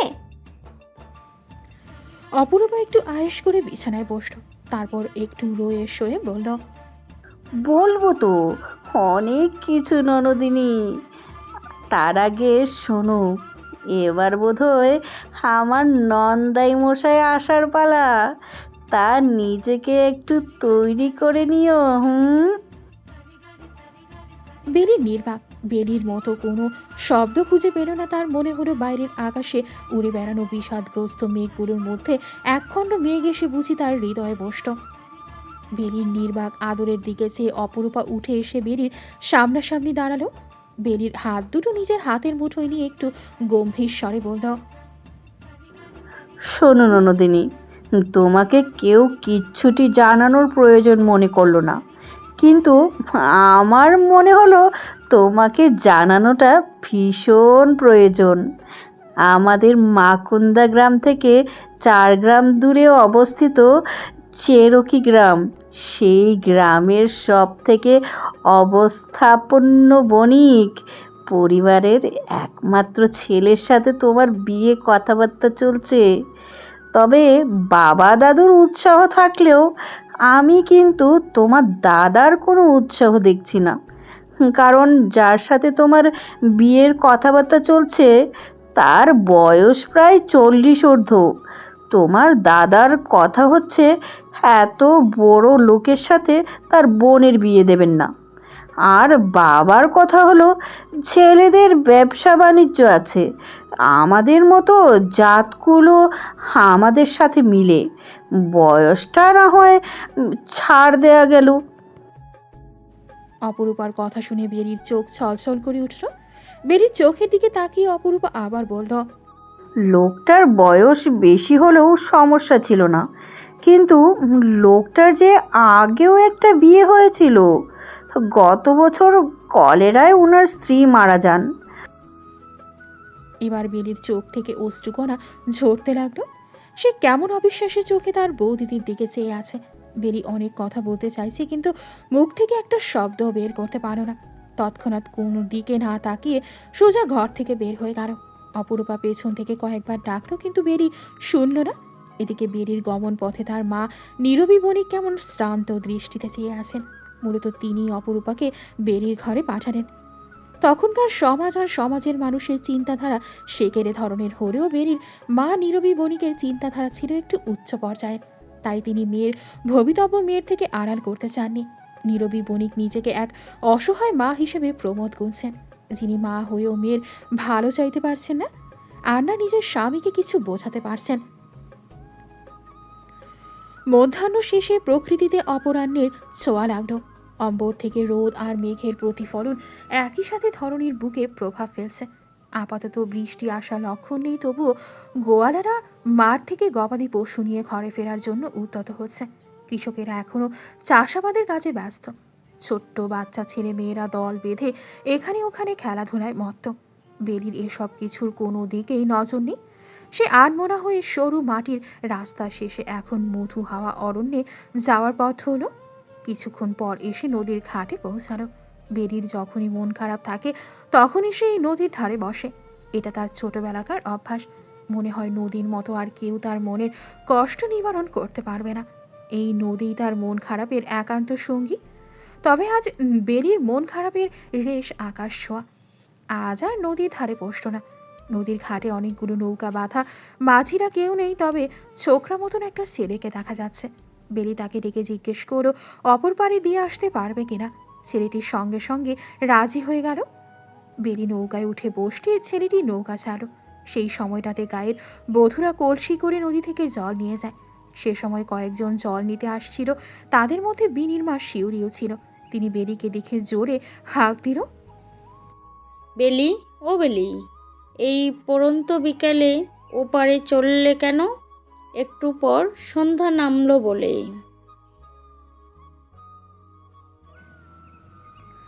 বেলির উত্তর দেওয়ার মতো মনোবল ছিল না। তাও কোনো রকম চলন্ত নৌকা থেকে বলল, এই তো একটু ঘুরে আসি, দেরি করব না। বসন্তের শেষে প্রকৃতিতে গ্রীষ্ম আসার আমেজ দেখা যাচ্ছে। বিভিন্ন ফুল ফলের গাছপালার দিকে দৃষ্টিপাত করে বোঝা যায় ধরণীতে খুব শীঘ্রই গ্রীষ্মের পদার্পণ হবে। বেলি নৌকা থেকে নেমে হিজল গাছগুলোর দিকে তাকালো। সে হিজল গাছ কিংবা ফুল পছন্দ করে না, তবু আজ মনে হলো পাতাগুলো যেন আশ্চর্য সুন্দর হয়ে তার চোখে ধরা দিচ্ছে। বেলির মনে হলো আর সপ্তাহখানিক পরে এই হিজল পাড় হিজল ফুলের রাজ্য হয়ে যাবে। বেলি হিজল গাছের সারি পার হয়ে একটু সামনে এগোলো। দেখলো বিভিন্ন ফল গাছ। আজ আর সে ফলের দিকে তাকালো না। অন্য সময় হলে নিশ্চয়ই এখন ফল পেয়ে শাড়ির আঁচলে বেঁধে বাড়ি ফিরত। ফল গাছ পার হয়ে আরও একটু ভেতরে একটি বড় অশ্বত্থ গাছ। বেলি গিয়ে অশ্বত্থ গাছের মোটা শিকড়ের ওপর বসল। এই গাছের পাশ দিয়ে একটি সরু রাস্তা বয়ে গেছে। মূলত এটি ভিসুবা গ্রামে যাওয়ার রাস্তা। আজ হাটের দিন নয়, তাই এদিকে লোক সমাগম না থাকারই কথা। তাই বেলি আপন মনে অশ্বত্থ গাছের নিচে বসে রইল। মাঝে মধ্যে পরন্তু বিকেলের এক টুকরো সূর্য রশ্মি এসে বেলিকে ছুঁয়ে দিয়ে যাচ্ছে। আবার আশেপাশে বিভিন্ন গাছপালার পত্রপল্লবের ফাঁকে ফাঁকে একটু পরপর সূর্য রশ্মি এসে উঁকি দিচ্ছে। বেলি ভাবতে বসল, সে তো আর তার ভবিষ্যৎ একান্ত পুরুষটাকে এমন কল্পনা করে নাই। তাহলে সে কিভাবে সব মেনে নেবে? বেলি চাইতো সে তার ভাগ্য পুরুষের জীবনে প্রথম এবং শেষ নারী হবে, কিন্তু এখন তো মনে হচ্ছে তার ভাবনার বিপরীতে সবটা ঘটবে। বেলি আর ভাবতে পারছে না সে কেমন করে কেঁদে উঠল। এই পরন্ত বিকেলের নিস্তব্ধ অরণ্যের এক কোণে একটি সপ্তদশী কন্যা তার নিজের ভাগ্যের কথা ভেবে নির্বাক চিত্তে কেঁদে চলেছে। কে তার সাক্ষী? নিশ্চয় এই মধু হাওয়া অরণ্যের বৃক্ষ, ফল, ফুল, পত্র, পাখি। বেলির কান্নার স্বরে তাদেরও কি কষ্ট হচ্ছে? হয়তো হচ্ছে, আবার হয়তো না। একটি পরে বেলি নিজেকে ঠিক করে বড় বড় বৃক্ষ আর তাদের ডালাপালার ফাঁকে অম্বরের দিকে তাকালো। মনে হলো সূর্য পুরোপুরি মেঘের আড়ালে গিয়ে ধরণীকে ক্রমশ আধারে নিমজ্জিত করার প্রয়াসে চেষ্টারত। আকস্মিক বিভিন্ন পাখির করতান বেলির শ্রবণেন্দ্রিয়ে ধরা দিল। এতক্ষণ কান্নার তোড়ে আর কোনো দিকে তার খেয়াল ছিল না। এখন বেলির মনে হচ্ছে মধু হাওয়া অরণ্য বুঝি তার মনে একটু একটু প্রসন্নতার প্রভাব ফেলছে। বেলি উঠে দাঁড়ালো, আস্তে ধীরে সামনের দিকে অগ্রসর হচ্ছে। নদীর পাড়ে এসে বেলির মনে হলো সে ভুল করেছে, মস্ত বড় ভুল। কারণ চারদিকে প্রায় অন্ধকার, যে কোনো সময় তুমুল বর্ষণ নামবে, আর একটু পরে পুরোপুরি সন্ধ্যা নেমে পুরো প্রকৃতিকে গ্রাস করে ফেলবে। এইবার নিজের অবস্থান ভেবে বেলির কান্না পাচ্ছে। সে কিভাবে বাড়ি যাবে? তার চেয়ে বড় কথা, নদী কিভাবে পার হবে। নদী পার হওয়ার চিন্তায় বেলি যখন চারপাশে হন্যে হয়ে তাকাচ্ছে, ঠিক তখন তার চোখে পড়ল হিজল পাড়ের কোনায় একটি ছোট্ট নৌকা বাঁধা। সে দ্রুত বাঁধা নৌকার সামনে এসে দাঁড়ালো, কিন্তু মাঝি তো নেই। মাঝি কোথায়? নৌকা দেখে বেলি ভাবলো এইবার তাড়াতাড়ি বাড়ি ফিরতে পারবে, কিন্তু সে আশায় প্রদীপ বোধহয় নিবড় বলে। বেলি তৎক্ষণাৎ সেখানে বসে পড়ল। ভাবতে বসলো কিভাবে আজ নিজেকে রক্ষা করবে। বাড়ির সবাই হয়তো তার জন্য উদ্বিগ্ন। বেরির এত এত চিন্তার মাঝে হুট করে পেছন থেকে কেউ একজনের কণ্ঠ শোনা গেল। এই সন্ধ্যা বলে এক অরণ্যে কেন এলে? আকস্মিক ভেসে আসা কণ্ঠস্বরের মালিককে দেখার জন্য বেরি পেছনে ফেল। দেখলো তার থেকে একটু দূরে তাদের গ্রামের স্কুলের নতুন মাস্টার মশাই দাঁড়িয়ে আছেন। এই সন্ধ্যা রাতে গহীন অরণ্যের পাড়ে অপরিচিত একটা পুরুষ মানুষকে দেখে বেরির ভয় যেন আরও দ্বিগুণ বেড়ে গেল। ভয়ের তাড়নায় বেরির মস্তিষ্ক যেন অচল অবস্থায় পরিণত হলো। এদিকে অবনীন্দ্র বুঝতে পারছে না এই আবহাওয়ায় বেলি অরণ্যে কী করছে, তাও আবার এমন একটা সময়ে। অবনীন্দ্র কয়েকদিন যাবৎ ব্যস্ততার দরুন নদীর পাড়ে আসতে পারেনি। ছোটবেলা থেকে অবনীন্দ্রের হিজল গাছ আর ফুলের প্রতি অপরিসীম মায়া। আজ একই কারণে সে এই হিজল পাড়ে এলো, একটু আগে এসে পৌঁছেছে। তারপরে হুট করে আকাশে পরিপূর্ণ মেঘের বিস্তার শুরু হলো। ভাবল বৃষ্টি নামার আগেই তাড়াতাড়ি প্রস্থান করা উচিত। তখনই তার চোখে ধরা পড়ল গহীন অরণ্য থেকে ছুটে আসা হলদে শাড়ি পরায় সপ্তদশী কন্যা। মনে হচ্ছিল সে যেন নিজের নীড়ে ফেরার উপায় খুঁজতে দিক বেদিক ছুটছে। কি হলো বললে না তো? এ অসময়ে এখানে কেন এলে? অবনীন্দ্রের কথা বলার ধরন বেলির মনে হলো সে যেন বেলিকে বহু যুগ আগে থেকে চিনে। বেলি তার ভয়ের আড়ষ্টতা নিজের ভেতর সুপ্ত অবস্থায় রেখে প্রতি উত্তরে বলল, ঘুরতে এসেছিলাম, কিন্তু আবহাওয়া এমন প্রতিকূলে যাবে তা ভাবিনি। এখন বাড়ি ফেরার কোনো উপায় আছে কি? কোনো মাঝিকে তো দেখা যাচ্ছে না। এই নৌকা আমি চালিয়ে এসছি, মাঝি লাগবে না, চলো। অবনীন্দ্রের কথায় বেলি আশ্চর্য। মাস্টারমশাই আবার নৌকাও চালাতে পারে? তবে নিজের আশ্চর্যখানি ঢেকে সে অবনীন্দ্রের সাথে নৌকায় উঠল। অবনীন্দ্র বইটা বাইতে শুরু করলো। চারদিকে জলের কলকল স্রোতধ্বনি যেন মুখর হয়ে উঠল। বেরির এই জলের দিকে এক মনে তাকিয়ে চুপটি করে বসে রইল। আর অবনীন্দ্রের ভাবভঙ্গিমা দেখে মনে হচ্ছে নৌকায় যে আরও একজন মানুষ আছে তা সে জানেই না। যখন নদী পার হয়ে তারা ঘাটে নামলো তখন সন্ধ্যা পুরোপুরি জেগে বসেছে। এই সন্ধ্যায় তোমার একা যাওয়া ঠিক হবে না, চলো এগিয়ে দিই। অবনীন্দ্রের কথায় বেলি কোনো দ্বিমত করল না। তার পিছু পিছু নির্বিকারের হাঁটা শুরু করলো। হাঁটতে হাঁটতে বেলি চারপাশে নজর দিয়ে বুঝলো কোনো জনমানবের চিহ্ন নেই। আবহাওয়ার দরুন সবাই বোধহয় ঘরে ঢুকে দৌড় দিল। একটু পরে আকস্মিক বাতাসের গতিবেগ বেড়ে গেল। টুপটাপ বৃষ্টির ফোঁটা পড়তে আরম্ভ করলো। বেলিদের বাড়ির কাছাকাছি আসতেই অবনীন্দ্র বেলিকে কিছু না বলে উল্টো পথে হাঁটা শুরু করলো। গন্তব্য মোহনা গ্রাম। বেলি বুঝতে পারলো অবনীন্দ্র চলে যাচ্ছে। সেও কোনো প্রতিক্রিয়া দেখালো না, বরং দ্রুত গতিতে বাড়িমুখো হাঁটছে। ততক্ষণে ঝুমঝুম করে ধরণীর বুকে তুমুল বর্ষণের আগমন ঘটল। আকস্মিক অবনীন্দ্রের গলা থেকে রবীন্দ্রসঙ্গীতের কয়েকটা লাইন শোনা গেল। বেলি মাত্র বাড়ির মূল ফটকে পা রাখবে তখনই তার শ্রবণ ইন্দ্রিয়ে রবীন্দ্রসঙ্গীতের সুর ভেসে এলো। এক মুহূর্তের জন্য বেলি থমকে দাঁড়ালো। তৎক্ষণাৎ পেছন ফিরে দেখলো অবনীন্দ্র এক মনে হেঁটে চলেছে আর তার কাছে থেকেই গানের সুর ভেসে আসছে। বেলি কিয়ৎক্ষণ যাবৎ অবনীন্দ্রের গমন পথে চেয়ে রইল, তারপর আবার তাড়াহুড়ো করে বাড়ির মধ্যে প্রবেশ করলো। বেলি উঠোনে পৌঁছে দেখলো তার দাদা নির্দয় ঘর থেকে ছাতা মাথায় ধরে বের হচ্ছে। নির্দয় বেরিকে দেখে দ্রুত এগিয়ে এসে জিজ্ঞেস করলো, এতক্ষণ কোথায় ছিলে? আমি মাত্র বাড়ি ফিরলাম, আর আমার সাথেই মা আর তোর বৌদি জানালো তুই নাকি সেই অপরূপা বাড়ির ছেড়ে বের হয়ে এখনো ফিরিসনি। দাদার এত কথায় বেলির মধ্যে উদ্বেগের সৃষ্টি হলো। সে ভিতরে ভিতরে ভয় পাচ্ছে বাবাকে কি জবাব দেবে। বেলি কিছু বলতে যাবে তার আগেই নির্দয় বোনের হাত ধরে বাড়ির পেছন দিকে যেতে লাগলো আর বলল, এখন সামনে দিয়ে যাওয়া দরকার নেই, বাবা বসার ঘরে বসে আছেন, পিছনে দরজা দিয়ে চল। আজ তুমি আমাকে বাবার হাত থেকে বাঁচাতে চাইছো যে? বেলির প্রশ্নে নির্দয় কেন যেন হুট করে হাঁটা থামিয়ে দাঁড়িয়ে গেল। বোনের দিকে তাকিয়ে তার বুকটা কেমন ধরফর করে উঠল। বেলির চোখের দিকে তাকিয়ে বলল, এত কথা বলিস কেন? এমনিতেই পুরো ভিজে গেলি, আবার জ্বরে বাঁধাবি, চল তাড়াতাড়ি। বেলি আর কিছু বলল না। সে বোধ হয় তার দাদার মনের কথাটা আজ বুঝতে পারছে। পেছনে দরজা দিয়ে ঢুকলে একটা গলি, সেই গলির প্রান্ত ভাগে বেলির ঘর। বেলি ঘরে ঢুকে আস্তে ধীরে দৌড় দিল। ভেজা শাড়ি পাল্টে একটা সবুজ রঙা শাড়ি গায়ে জড়িয়ে নিল। বসার ঘরে মিহিরকান্ত বণিক আর অশোক বণিকের মধ্যে বিভিন্ন কথাবার্তা চলছে। তাহলে বাবা, আমি কি তাদেরকে আগামীকাল একটা খবর দেব? না মানে, মেয়েকে তো আগে দেখতে হবে, তাই না? অশোক বণিকের কথায় মিহিরকান্ত বণিক বললেন, হ্যাঁ, কালকেই একটা খবর পাঠিয়ে দাও। আমি চাইছি না আর কোনো বিলম্ব। দুজনের কথার মাঝে নির্দয় সেখানে উপস্থিত হলো। সে বাবা আর দাদুকে উদ্দেশ্য করে বলল, আমি বলেছিলাম, আর একটিবার কি ভেবে দেখা প্রয়াস করলে হয় না? একটি একটা বিপত্তিগ্নে পুরুষের সাথে বুঝি আপনার আমার বোনের বিয়ে দিবেন? তোমার বোন হওয়ার পাশাপাশি দর্শনা আমার মেয়ে হয়।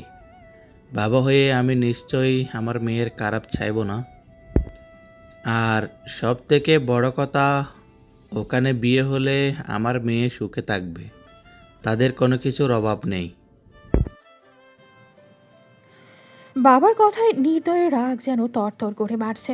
তবে সে আর একটি কথাও বলল না, সোজা বসার ঘর থেকে প্রস্থান করল। সে বুঝে গেছে এদের সাথে সারাক্ষণ কথা বললেও কোনো লাভ হবে না। এই সন্ধ্যা রাতের তুমুল বর্ষণে ভিজে জুবুথুবু হয়ে অবনীন্দ্র বাড়ি ফিরল। ঘরে ঢুকতেই তাপসী দাস একের পর এক প্রশ্ন করা শুরু করলেন, বৃষ্টিতে ভিজলি কেমনে বাবা? একটু কোথাও আশ্রয় নিতে পারতি, বৃষ্টি কমলে ফিরতি। আর ফিরেছিস যখন এত দেরি করলি কেন? দেখছো তো, পুরো ভিজে গেলাম। আগে ভেজা কাপড় ছাড়ি, তারপর তোমার সব প্রশ্নের উত্তর দিচ্ছি মা।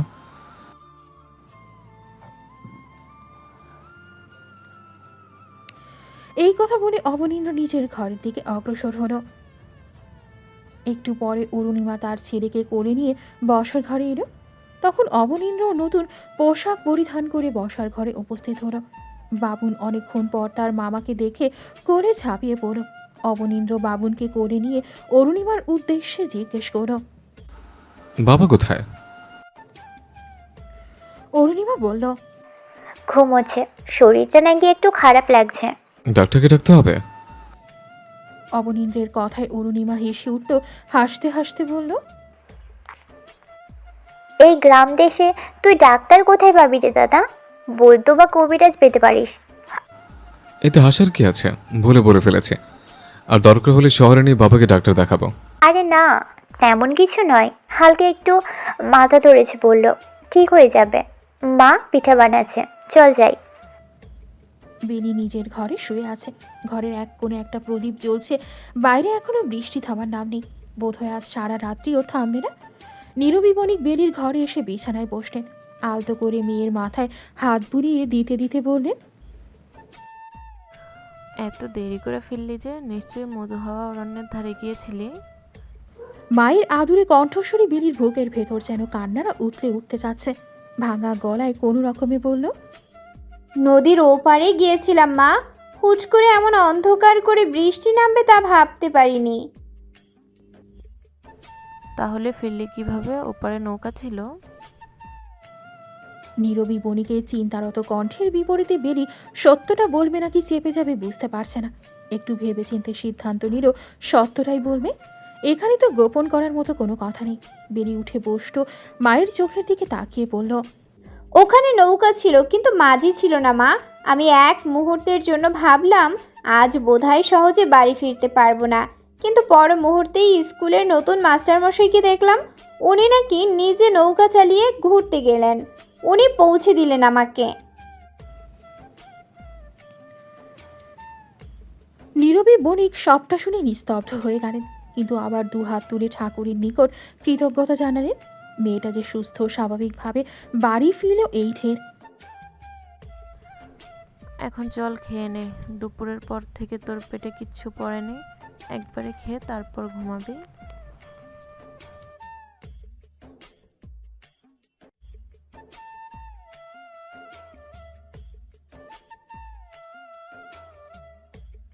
নীরবী বণিকের কথায় বেলি আর উচ্চবাচ্য করো না, মায়ের সাথে হেসেলের পথ ধরল।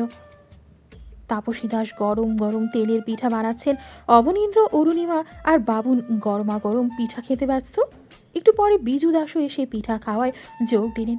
তাপসী দাস তখন ছেলেকে উদ্দেশ্য করে বললেন, তুই না আমাকে কি যেন বলবি দেরি করে ফেরা নিয়ে, এখন বল।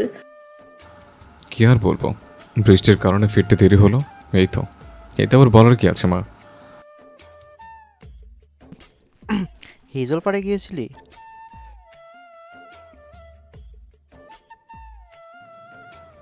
বিজু দাসের কথায় অবনীন্দ্র ঘাড় নেড়ে সায় জানালো। হুট করে অবনীন্দ্র কেমন অন্যমনস্ক হয়ে গেল। তার ষষ্ঠ ইন্দ্রিয় তাকে যেন নতুন কিছুর আভাস দিচ্ছে, কিন্তু অবনীন্দ্র ঠিক ধরতে পারছে না ব্যাপারটা। পরদিন অপরাহ্নবেলা বেলির একমাত্র পিসি অতসী বণিক অনেকদিন পর বাবার বাড়িতে এলেন। একমাত্র ভাইয়ের মেয়েকে দেখতে আসবে, তাই তিনি সেই ভোরবেলায় ভিসুবা গ্রাম থেকে রওনা দিলেন। অতসী বণিকের স্বামী বিহল বণিকও এসেছেন। তাদের এক ছেলেও এক মেয়ে, মেয়েকে বিয়ে দিয়েছেন, ছেলেও বিয়ে করে সংসারী হয়ে গেল। নীরবী বণিক একমাত্র ননাসো তার বরকে আপ্যায়নে ভীষণ ব্যস্ত। অতসী বণিক আসার পর থেকে বারবার বলে চলেছেন তিনি যখন এসেছেন তখন একেবারে বেলির বিয়ের পর্ব শেষ করে তবেই শ্বশুরালয়ে ফিরবেন। আর মনোরমা বণিক মেয়ের কথা শুধু সায় জানাচ্ছেন। নীরবী আর রূপার মুখে বেলির বিয়ের প্রসঙ্গে কোনো শব্দ শোনা যাচ্ছে না। এদিকে ছোট্ট নিহি আসার পর থেকে বিহল বণিকের কোলে চড়ে আছেন। বিহল বণিক আসার পর নিহির জন্য অনেক খেলনা নিয়ে এসেছেন। এর জন্যই এত ভাব। অশোক বণিক আর নির্দয় সন্ধ্যারাতে বাড়িতে প্রবেশ করল। বাবা ছেলে মিলে সেই প্রভাতে শহরে গিয়েছিল ব্যবসার কাজে, বিভিন্ন ফসল, সবজি ও মশলা নিয়ে। অশোক বণিক প্রভাত বেলায় একখানি আমন্ত্রণ পত্র লিখে চেরোকি গ্রামের বণিক বাড়ির উদ্দেশ্যে পাঠিয়ে দিয়েছিলেন। আগামীকাল অপরাহ্নেই বেলিকে দেখতে আসার কথা জানিয়ে তিনি পত্র পাঠালেন। অশোক বণিক বাড়িতে প্রবেশ করে ভগ্নিপতি বিহল বণিকের সাথে খোশ গল্পে ব্যস্ত হয়ে পড়লেন। নির্দয়ের এসব কিছুই ভালো লাগছে না। সে পিসি আর পিসে মশাইকে প্রণাম সেরে নিজের ঘরে চলে গেল। নীরবী বণিক আর অপরূপা আজকের সাথে সাথে আগামীকালকের অনাগত অতিথি আপ্যায়নের জন্য বিভিন্ন তোড়ঝোড়ে ব্যস্ত। বেলি নিজের ঘরে গতকাল সন্ধ্যারাতে বাড়িতে প্রবেশের পর সে আর বের হয়নি, এমনকি দরকার ছাড়া নিজের ঘর থেকেও বের হচ্ছে না। সারাক্ষণ নিজের ঘরে বসে নির্বিকারভাবে চোখের অশ্রু বিসর্জনে মত্ত সে। এর মাঝেও বেলির মাস্টার মশাইয়ের কথা মনে পড়ছে। তার হুট করে মনে হলো সেদিন বৃষ্টিতে ভেজার সময় যে পুরুষের অবয়ব দেখে সে থমকে গিয়েছিল, সে আর কেউ নয়, মাস্টার মশাই। কারণ সেদিনের পুরুষ অবয়বের সাথে গতকালকের মাস্টার মশাইয়ের অবয়ব সম্পূর্ণ ভিন্ন। এই কথা স্মরণে আসতেই বেলি তৎক্ষণাৎ বিছানা ছিঁড়ে উঠে কাঠের বক্সটি নিয়ে এলো। 3টি চিরকুট আবারও সূক্ষ্মভাবে দেখছে সেদিন বৃষ্টিতে ভেজা নিয়ে যে চিরকুটটা লেখা। বেলি সেটা হাতে নিয়ে বসে রইল। আরও একবার সেই চিরকুটটা পড়ল।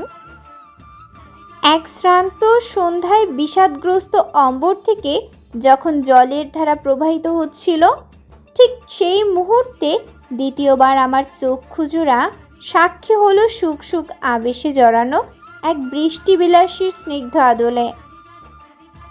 বেরি কিয়ৎক্ষণ যাবৎ চিরকুটটার দিকে তাকিয়ে কিছু একটা ভাবল, তারপর নিজের মনেই বলল, সেদিন একমাত্র ওই পুরুষটা আমাকে উঠোনে দেখেছিল, তাহলে এই চিরকুটটা নিশ্চয়ই তার লেখা। কিন্তু উনি যদি মাস্টার মশাই হন তাহলে কিভাবে সম্ভব? উনি কেন আমাকে নিয়ে লিখবেন? আর সব থেকে বড় কথা, গতকাল ওনার আচরণও স্বাভাবিক ছিল, তাহলে এসব? বেলি আর ভাবতে পারছে না, তার মস্তিষ্ক যেন আর কিছু নিতে পারছে না। পরদিন প্রাতবেলায় বিনি বেরিদের বাড়িতে এলো। সেই বেরির ঘরে গিয়ে জিজ্ঞেস করো, কি রে, তোর দেখা নেই কেন? বের হোস না? কাকু বকেননি নাকি? বিনির একসাথে এত প্রশ্নে বেরির কোনো হেলদোল নেই। সে উদাস নয়নে জানালার বাইরের দিকে গাঢ় নীলসে অম্বরের দিকে চেয়ে আছে। বিনি আবার বলে উঠল, শুনলাম আজ নাকি তোকে দেখতে আসবে, আবার বিয়ের তারিখও নাকি পড়বে। সত্যি? তুই তো আমাকে কিছু বললি না বেলি। বিনির কণ্ঠে মন খারাপের রেশ বুঝে বেলি এবার ওর দিকে তাকালো। আমি নিজেও কিছু জানতাম না রে, তোকে আবার কখন বলবো? শুনলাম পাত্রর বয়স নাকি অনেক বেশি, আগেও নাকি একটা বিয়ে হয়েছিল, এটা সত্যি?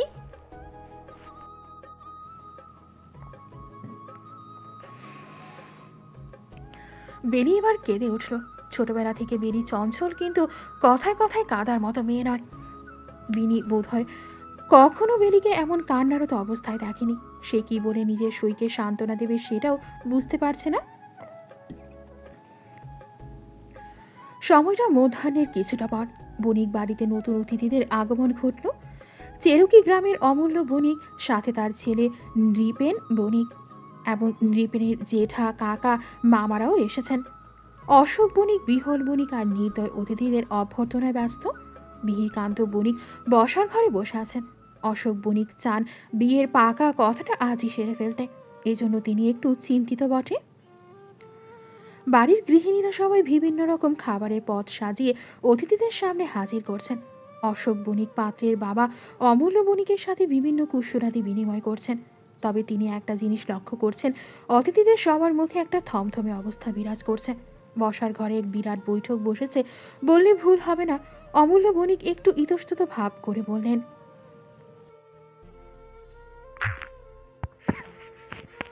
আমরা আসার পথে শুনলাম আপনাদের মেয়ের সাথে নাকি গ্রামের একজন মাস্টার মশাইয়ের প্রেমের সম্পর্ক রয়েছে।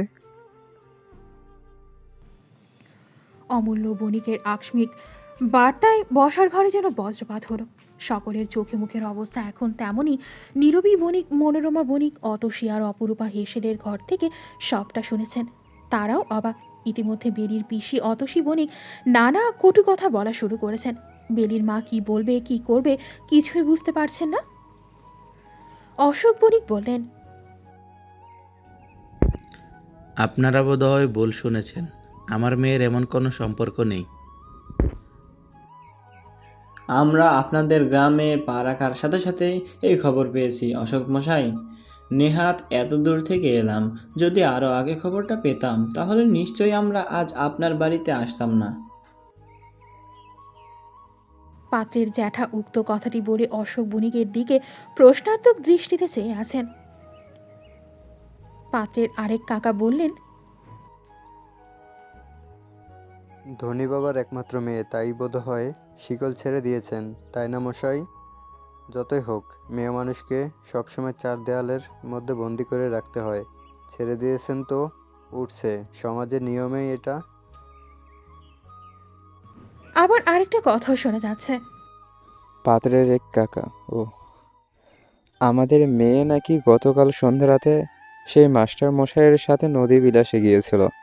এখন আপনারা কিছু না জানার ভান করছেন, তাই না? বোনের নামে এত কিছু শুনে নির্দয়ের চোখ মুখ কঠোর হয়ে গেল। আকস্মিক সে আর নিজের রাগ নিয়ন্ত্রণ করতে না পেরে বলেই ফেলল,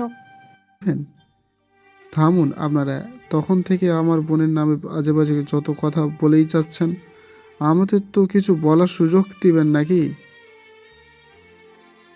তোমরা আবার কি বলবে বাবা? তোমাদের মেয়ের কুকুতি ঢাকার জন্য অজুহাত খুঁজবে, এই আর কি। আসলে আমাদেরই ভুল ছিল, ভালো মতন খোঁজ খবর না নিয়ে এখানে আসা। এই কথা বলে পাত্রপক্ষরা সবাই উঠতে উদ্যত হলেন। অশোক বণিক আর মিহিরকান্ত বণিক সবাইকে অনুরোধ করছেন যাতে মেয়েটাকে একবার হলেও দেখে যায়। ওনারা কারো কথা শুনলেন না, সবাই একে একে চলে গেলেন। খাবারের পদগুলো অতি অবহেলায় চৌকির ওপর পড়ে আছে। নির্দয় একপাশে চুপ করে দাঁড়িয়ে আছেন। মনোরমা বণিক আর নীরবী বনিল নিহাসেনের দাওয়ায় দাঁড়িয়ে শাড়ির আঁচল চেপে কাঁদছেন। অপরূপার চোখেও পানি। শুধু অতসী বণিক নিজের ভাইয়ের বউকে বিভিন্ন কটু কথা বলেই চলেছেন। তার ধরনী নীরবী মেয়েকে মানুষ করতে পারেনি। অবনীন্দ্র স্কুলের পড়ানো শেষ করে বারুমুখো হাঁটছিল। পথে মাকুন্দা গ্রামের এক লোক অবনীন্দ্রকে দেখে জিজ্ঞেস করল, মাস্টার মশাই কেমন আছেন? ভালো আছি কাকা, আপনি কেমন আছেন? ভালো বাবা। তা শুনলাম বণিক বাড়ির মেয়ের সাথে নাকি তোমার সম্পর্ক আছে, কথাখানা কি সত্য বাবা? অচেনা লোকের মুখে এমন একটা কথা শুনে অবনীন্দ্র কিং কর্তব্য বিমূঢ়। কি বলছেন কাকা, কোথা থেকে শুনলেন? অবনীন্দ্রের হতবিহ্বল অবস্থা দেখে লোকটা যেন মজা পেল। সে আরেকটু রসিয়ে অন্যের থেকে শোনা কথাগুলো বলা শুরু করলো। আজ তো বণিক বাড়ির মেয়ে দেখতে আসার কথা ছিল, দেখতে আসছিল, কিন্তু ছেলের পরোক্ষ নাকি বলল মেয়ের সাথে তোমার সম্পর্ক আছে। গ্রামের মানুষের থেকে ওনারা শুনেছেন। আবার শুনলাম তোমরা নাকি গতকাল বৃষ্টির মধ্যে একসাথে নদীর ধারে ঘুরতে গিয়েছিলে। অবনীন্দ্র এইবার ভীষণভাবে ধাক্কা খেল। সে এখন এই লোকটাকে কি বলবে তাও বুঝতে পারছে না। তবে লোকটা আর তার উত্তরের জন্য দাঁড়ালো না। অবনীন্দ্র একটুক্ষণ দাঁড়িয়ে আবার হাঁটা শুরু করলো। তবে সে এখন আর নিজের মধ্যে নেই। সে বুঝতে পারছে অঘটন যা ঘটার ঘটে গেছে। এমন অজপাড়া গায়ের অবুঝদার মানুষগুলো তিলকে তাল বানিয়ে ফেলেছে। সে নিজের জন্য চিন্তা করছে না, তার সব চিন্তাটা গিয়ে পড়ল বণিক কন্যার ওপর। নিজের ঘরে সাজসজ্জা সেরে বেরি অপেক্ষা করছিল, কিন্তু পাত্রপক্ষের সামনে তার আর যাওয়া হলো না। বসার ঘরে এত এত শোরগোল বেরির কর্ণকুহরে ঠিকই পৌঁছেছে। তখন থেকেই সে ভয়ে আড়ষ্ট। শব্দহীন কান্নারা অশ্রু হয়ে নির্গত হচ্ছে। এত মিথ্যে অপবাদ নেওয়ার ক্ষমতা যে বেরির নেই। কিছুক্ষণ পরে অপরূপা বেরির ঘরে প্রবেশ করে। তৎক্ষণাৎ দৌড় আটকে দিল। বেরিকে বলল, ওনারা কি বলে গেল এসব? সবটা সত্যি? অপরূপার প্রশ্ন শুনে বেরি এবার শব্দ করে কেঁদে দিল। কান্না মুখে কোনো রকম বলল, সবটা মিথ্যে বৌদিদি, সবটা। বেরি আর কিছু বলতে পারল না। বসার ঘর থেকে অশোক বণিকের গম্ভীর কণ্ঠস্বর ভেসে এলো, দর্শনা, এক্ষুনি আমার সামনে উপস্থিত হও, এক মুহূর্ত বিলম্ব নয়। বাবার কথায় বেলি ভয় ভয়ে নিজের বৌদিদের পানে চাইল। অপরূপার চোখ দিয়ে বোঝালো সে অসহায়। বেলিকে এখন যেতেই হবে। চলো ননদিনী, বিলম্ব হলে বাবা আরও রেগে যাবেন। ভয় পাবে না, সত্যটা বলবে। বেলির দিকে তাকাতেই অপরূপার কেমন যেন কষ্ট হচ্ছিল। এই বাড়িতে আসার পর থেকে বেলির দুষ্টুমি, চঞ্চলতার মিশুক ভাব দেখে সে যেন মেয়েটাকে ভালোবেসে ফেলেছে। এই যে দিনের মধ্যে কতবার বউ দিদি করে ডেকে ডেকে বাড়ি মাথায় ধরে, এই মায়াটা কি নেহাত কম? এই জন্যই তো বেলির বিয়ের কথা ওঠার পর থেকেই অপরূপার মনটাও ভালো নেই। অপরূপার কথায় বেলির ভয় যেন আরও জেকে বসল। বসা থেকে উঠে দাঁড়ালো। মনে হচ্ছিল পা স্লথ হয়ে আছে। পুরো শরীরের কাঁপুনি সুস্পষ্ট অপরূপা বেরিকে ধরে বসার ঘরে পথ ধরল। বসার ঘরে একটা থমথমে অবস্থা বিরাজমান। কারো মুখে কোনো রানী। নীরবী বণিক এক করে দাঁড়িয়ে এখনো নিঃশব্দে কেঁদে চলেছেন। অপরূপা বেরিকে নিয়ে এসে মাত্র বসার ঘরে উপস্থিত হলো, তখনই অশোক বণিক অগ্নিঝরা দৃষ্টিতে মেয়ের দিকে চাইলেন। পালে এখনই যেন মেয়েকে ভস্ম করে দেন। সবটা তো নিজের কানে শুনলে, এবার আমি নিজের কানে তোমার মুখ থেকে সবটা শুনতে চাই। বেলি ভয়ে লজ্জায় কুণ্ঠিত। কি বলবে কি করবে যেন মস্তিষ্কে কিছুই ধরা দিচ্ছে না। সত্যিটা বললেও কি বাবা বিশ্বাস করবেন? এই উদ্বেগও তার মনের অস্থিরতা শতগুণ বাড়িয়ে দিচ্ছে। সবটা ভুল বাবা, সবটা বিশ্বাস করুন। কোনো রকম কান্না জড়িত কণ্ঠে বেলি কথাটা বলল, তবে গত সন্ধ্যা রাতের ঘটনা কি মিথ্যে? আমি সত্যি অরণ্যে গিয়েছিলাম বাবা, তবে অমন আকাশ খারাপ হবে আর অন্ধকার হবে আমি ভাবতে পারিনি। কোনো নৌকা কিংবা মাঝি ছিল না, তবে মাস্টারমশাইয়ের সাথে ফিরেছিলাম। তবে বাবা, আমি এর আগে কোনোদিন ওনার সাথে কথা বলিনি, বিশ্বাস করুন বাবা। কিভাবে তুমি আমাকে বিশ্বাসের কথা বলছো? আর না হয় ধরলাম তোমার সব কথা সত্য, কিন্তু তুমি গ্রামের মানুষকে বিশ্বাস করাতে পারবে? আশেপাশের সব গ্রামে তোমার কথা ছড়িয়ে পড়েছে, বুঝতে পারছো তুমি? আমার তো এখন মনে হয় তোমার বিয়েটাও বোধহয় দিতে পারবো না, হাইবুড়ো করে ঘরে রাখতে হবে।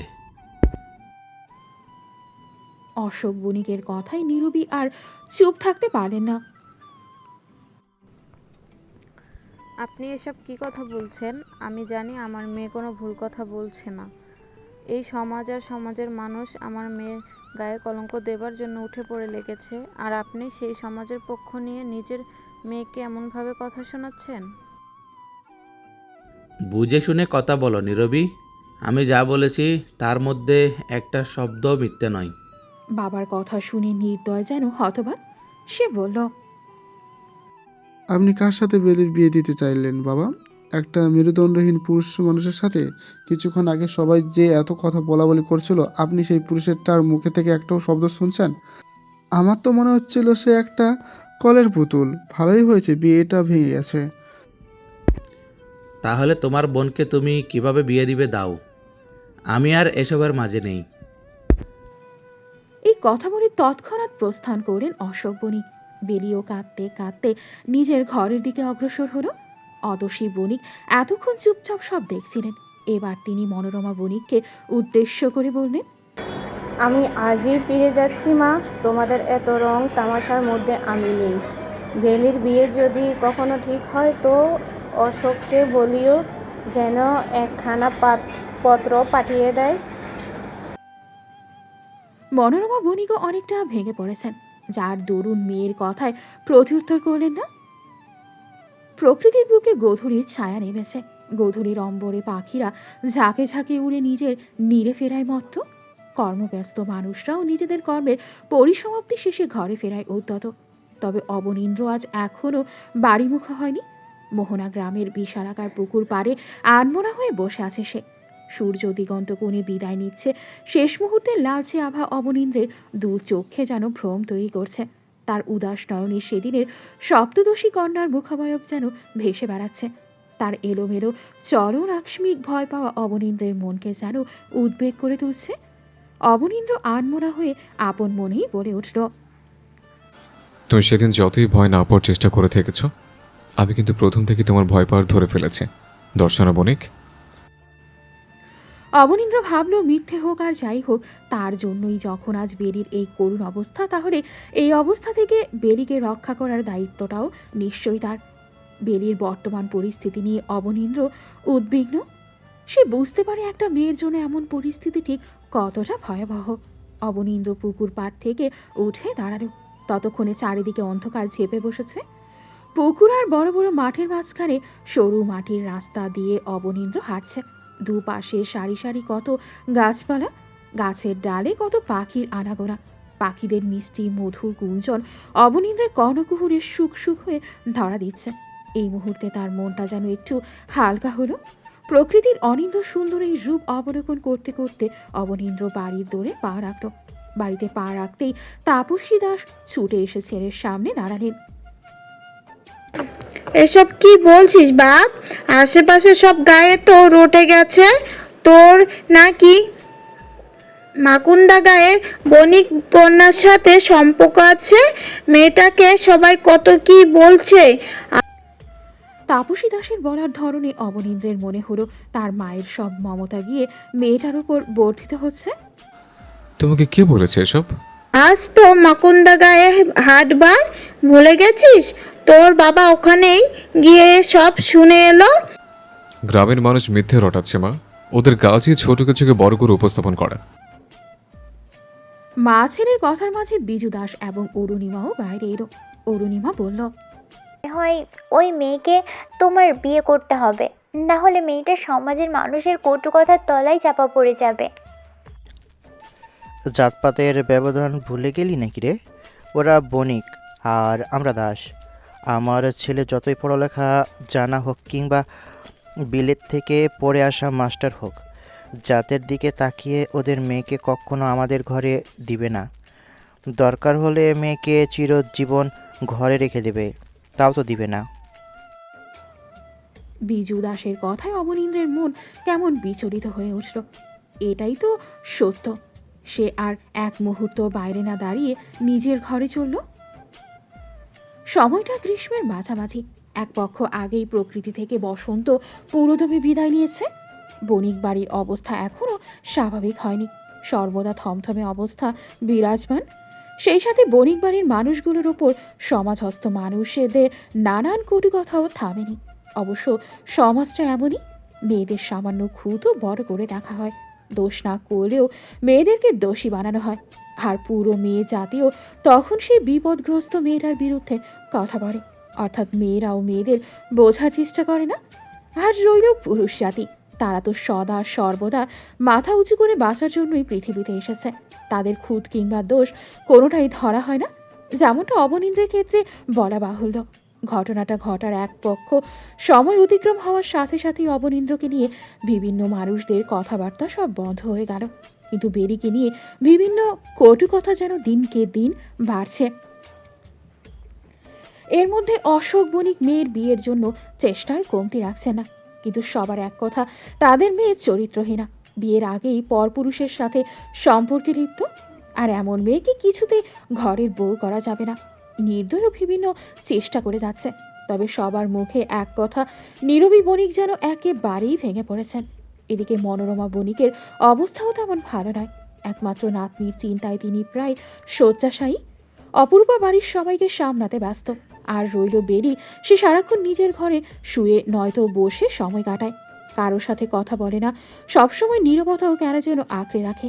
খাওয়া দাওয়ারও নিয়ম উঠে গেছে, বাড়ি থেকে বের হতে পারে না, নিজের সইদের সাথেও দেখা হয় না তার।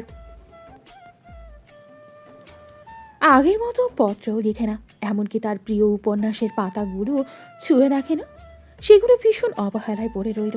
বেরির রূপ লাবণ্যে কোথায় যেন হারিয়ে গেল। নীরবী বণিক আর অপরূপা বেরিকে সহজ করার চেষ্টা করেন, তবে তাদের চেষ্টা ওই চেষ্টাটুকু পর্যন্তই। বনের এই অবস্থা নির্দয়ের আর সহ্য হচ্ছে না। অনেক ভেবেচিন্তে সে ঠিক করলো অবনীন্দ্রকে একখানা পত্র লিখবে, যেই ভাবা সেই কাজ। একটি কাগজ আর কলম নিয়ে সে পত্রখানা লেখা আরম্ভ করল। গ্রীষ্মের অকস্মাৎ তাপ প্রবাহে চারদিক উত্তপ্ত, উত্তাপের দরুন জনজীবন যেন অতিষ্ঠ, তাও কারো কোথাও বিশ্রাম নেবার তাগিদ নেই। গায়ের মানুষগুলো সব সময়কার মতো নিজেদের কর্মে লিপ্ত, কর্ম বন্ধ হলে যে অন্যজোটাও বন্ধ হয়ে যাবে। সময়টা 3:26। অবনীন্দ্র কদমতলায় দাঁড়িয়ে আছে, সে নজর ঘুরিয়ে আশেপাশের কৃষি জমিগুলো দেখছে, যেখানে এই খররৌদ্রে এখনো কৃষকরা চাষাবাদের কাজ করে যাচ্ছে। অবনীন্দ্র স্কুলের ক্লাস শেষে যখন বের হবে তখনই পিয়ন তার হাতে একটা খাম দিল। খামের উপরে পত্রদাতার নামের জায়গায় নির্দয় বণিক লেখা, অথচ অবনীন্দ্র একটুই বিস্মিত হয়নি, যেন সে জানতো এমন একটা পত্র তার উদ্দেশ্যে আসবে। অবনীন্দ্র খাম খুলে দেখে ছোট্ট একখানা কাগজে গুটি কয়েক লাইন লেখা। লেখাগুলো ঠিক এমন: অবনীন্দ্র, আজ বিশেষ প্রয়োজনে তোমাকে স্মরণ করতে হলো। আমি তোমার সারাক্ষণ প্রার্থী, সেটা আজ এই স্কুল ছুটির শেষে স্কুলের সামনে রাস্তায় কদমতলা থাকো, আমি আসবো, কিছু জরুরি কথা আছে। একটু পরে নির্দয়কে আসতে দেখা গেল। দুজনে কুশলাদি বিনিময় শেষে অবনীন্দ্র বলল, আপনার বিশেষ তলবের কারণ বোধ হয় আমার জানা, নির্দয় সাহেব। তুমি একজন বিচক্ষণ মানুষ, তাই আমি নিজের মুখে কিছু বলার আগে তোমার সেটা বুঝে ফেলা স্বাভাবিক। তাহলে সরাসরি আসল কথা বলি। আমার বোনের অবস্থা, গ্রামের মানুষের বিভিন্ন কথাবার্তা সবাই নিশ্চিত তোমার অবগত। আমি আর নিতে পারছি না এসব। এই সমাজে জাতপাতের গোড়ামারি আর তলায় আমার বোনটা পিষ্টি হয়ে যাচ্ছে। অবনীন্দ্র, এই সমাজ আর সমাজের মানুষগুলো অশিক্ষিত কিংবা শিক্ষিত যাই হোক, এদের মানবিকা বিকাশ কুৎসিত হবে না। তোমার আর আমার মতো এরা সহজভাবে ভাবতে পারে না। অবশ্যই তো ওদের দোষ দিয়ে কি হবে? আমরা বাবা হইতে তো এসব অন্ধবিশ্বাসী। দেখুন নির্দয় সাহেব, আমি ছোটবেলা থেকে সব জাত অজাত মানি না। আমি সনাতন, এটা আমার আসল পরিচয়। এবার আমি যার সাথে বিবাহ বন্ধন আবদ্ধ হতে চাই সেও সনাতন হলেই হবে, তাই না? কিন্তু এই কথাটা আপনি কুসংস্কারের বিশ্বাসে কোনো সনাতিকে বোঝাতে পারবেন না। তাই বলছি, সমাজের কথায় নিজের কান দেবেন না। আপনি যেটাতে ভালো থাকবেন সেটাই নিশ্চয়ই আপনার করা উচিত। জীবন যেহেতু আপনার, তাই এর সাথে সংশ্লিষ্ট বিষয় দিয়েও আপনাকে ভোগ করতে হবে, সেটা সুখ হোক আর দুঃখ। আজ বিপদে পড়ে দেখুন, সমাজের কেউ আপনার সাহচর্য ভুলেও আসবে না। আর এ নিয়ে বিনিয়ে কথা বলতে আমি ঠিক পারি না, তাই বলছি আপনার পরিবারের সাথে সব ঠিকঠাক করে সিদ্ধান্ত আমায় জানাবেন।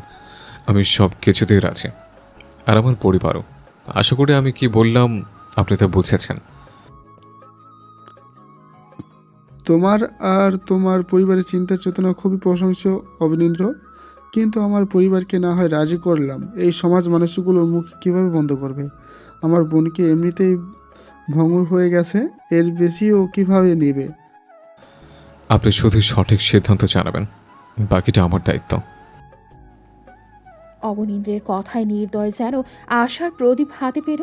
একটা স্বস্তির নিঃশ্বাস পেরে নির্দয় বাড়িমুখ রওনা দিল। বিপরীত দিকে অবনীন্দ্রও চলল। দুজনের পথ আলাদা হলেও চিন্তা যেন একই বিন্দুর মধ্যেখানে। দুজনের ভেতরটা ওদের জানান দিচ্ছে একটা ছোটখাটো ঝড়ের সম্মুখীন খুবই শীঘ্রই হতে হবে। নির্দয় বাড়ি ফিরে মা, ঠাকুরমা আর অপরূপাকে সবটা খুলে বলল। সব শুনে মনোরমা বণিক একটা দীর্ঘ নিঃশ্বাস নির্গমন করে জানালেন, আমি চাই আমার নাতনিটা এই বিপদ থেকে উদ্ধার হোক, বিভিন্ন মানুষদের বিভিন্ন কথা চিরতরে বন্ধ হোক। ছোট থেকে বিজুর ছেলেকে দেখে এসেছি, ও অনেক ভালো ছেলে। এবার তোর দাদু আর বাবাকে মানাতে হবে রে দাদু ভাই।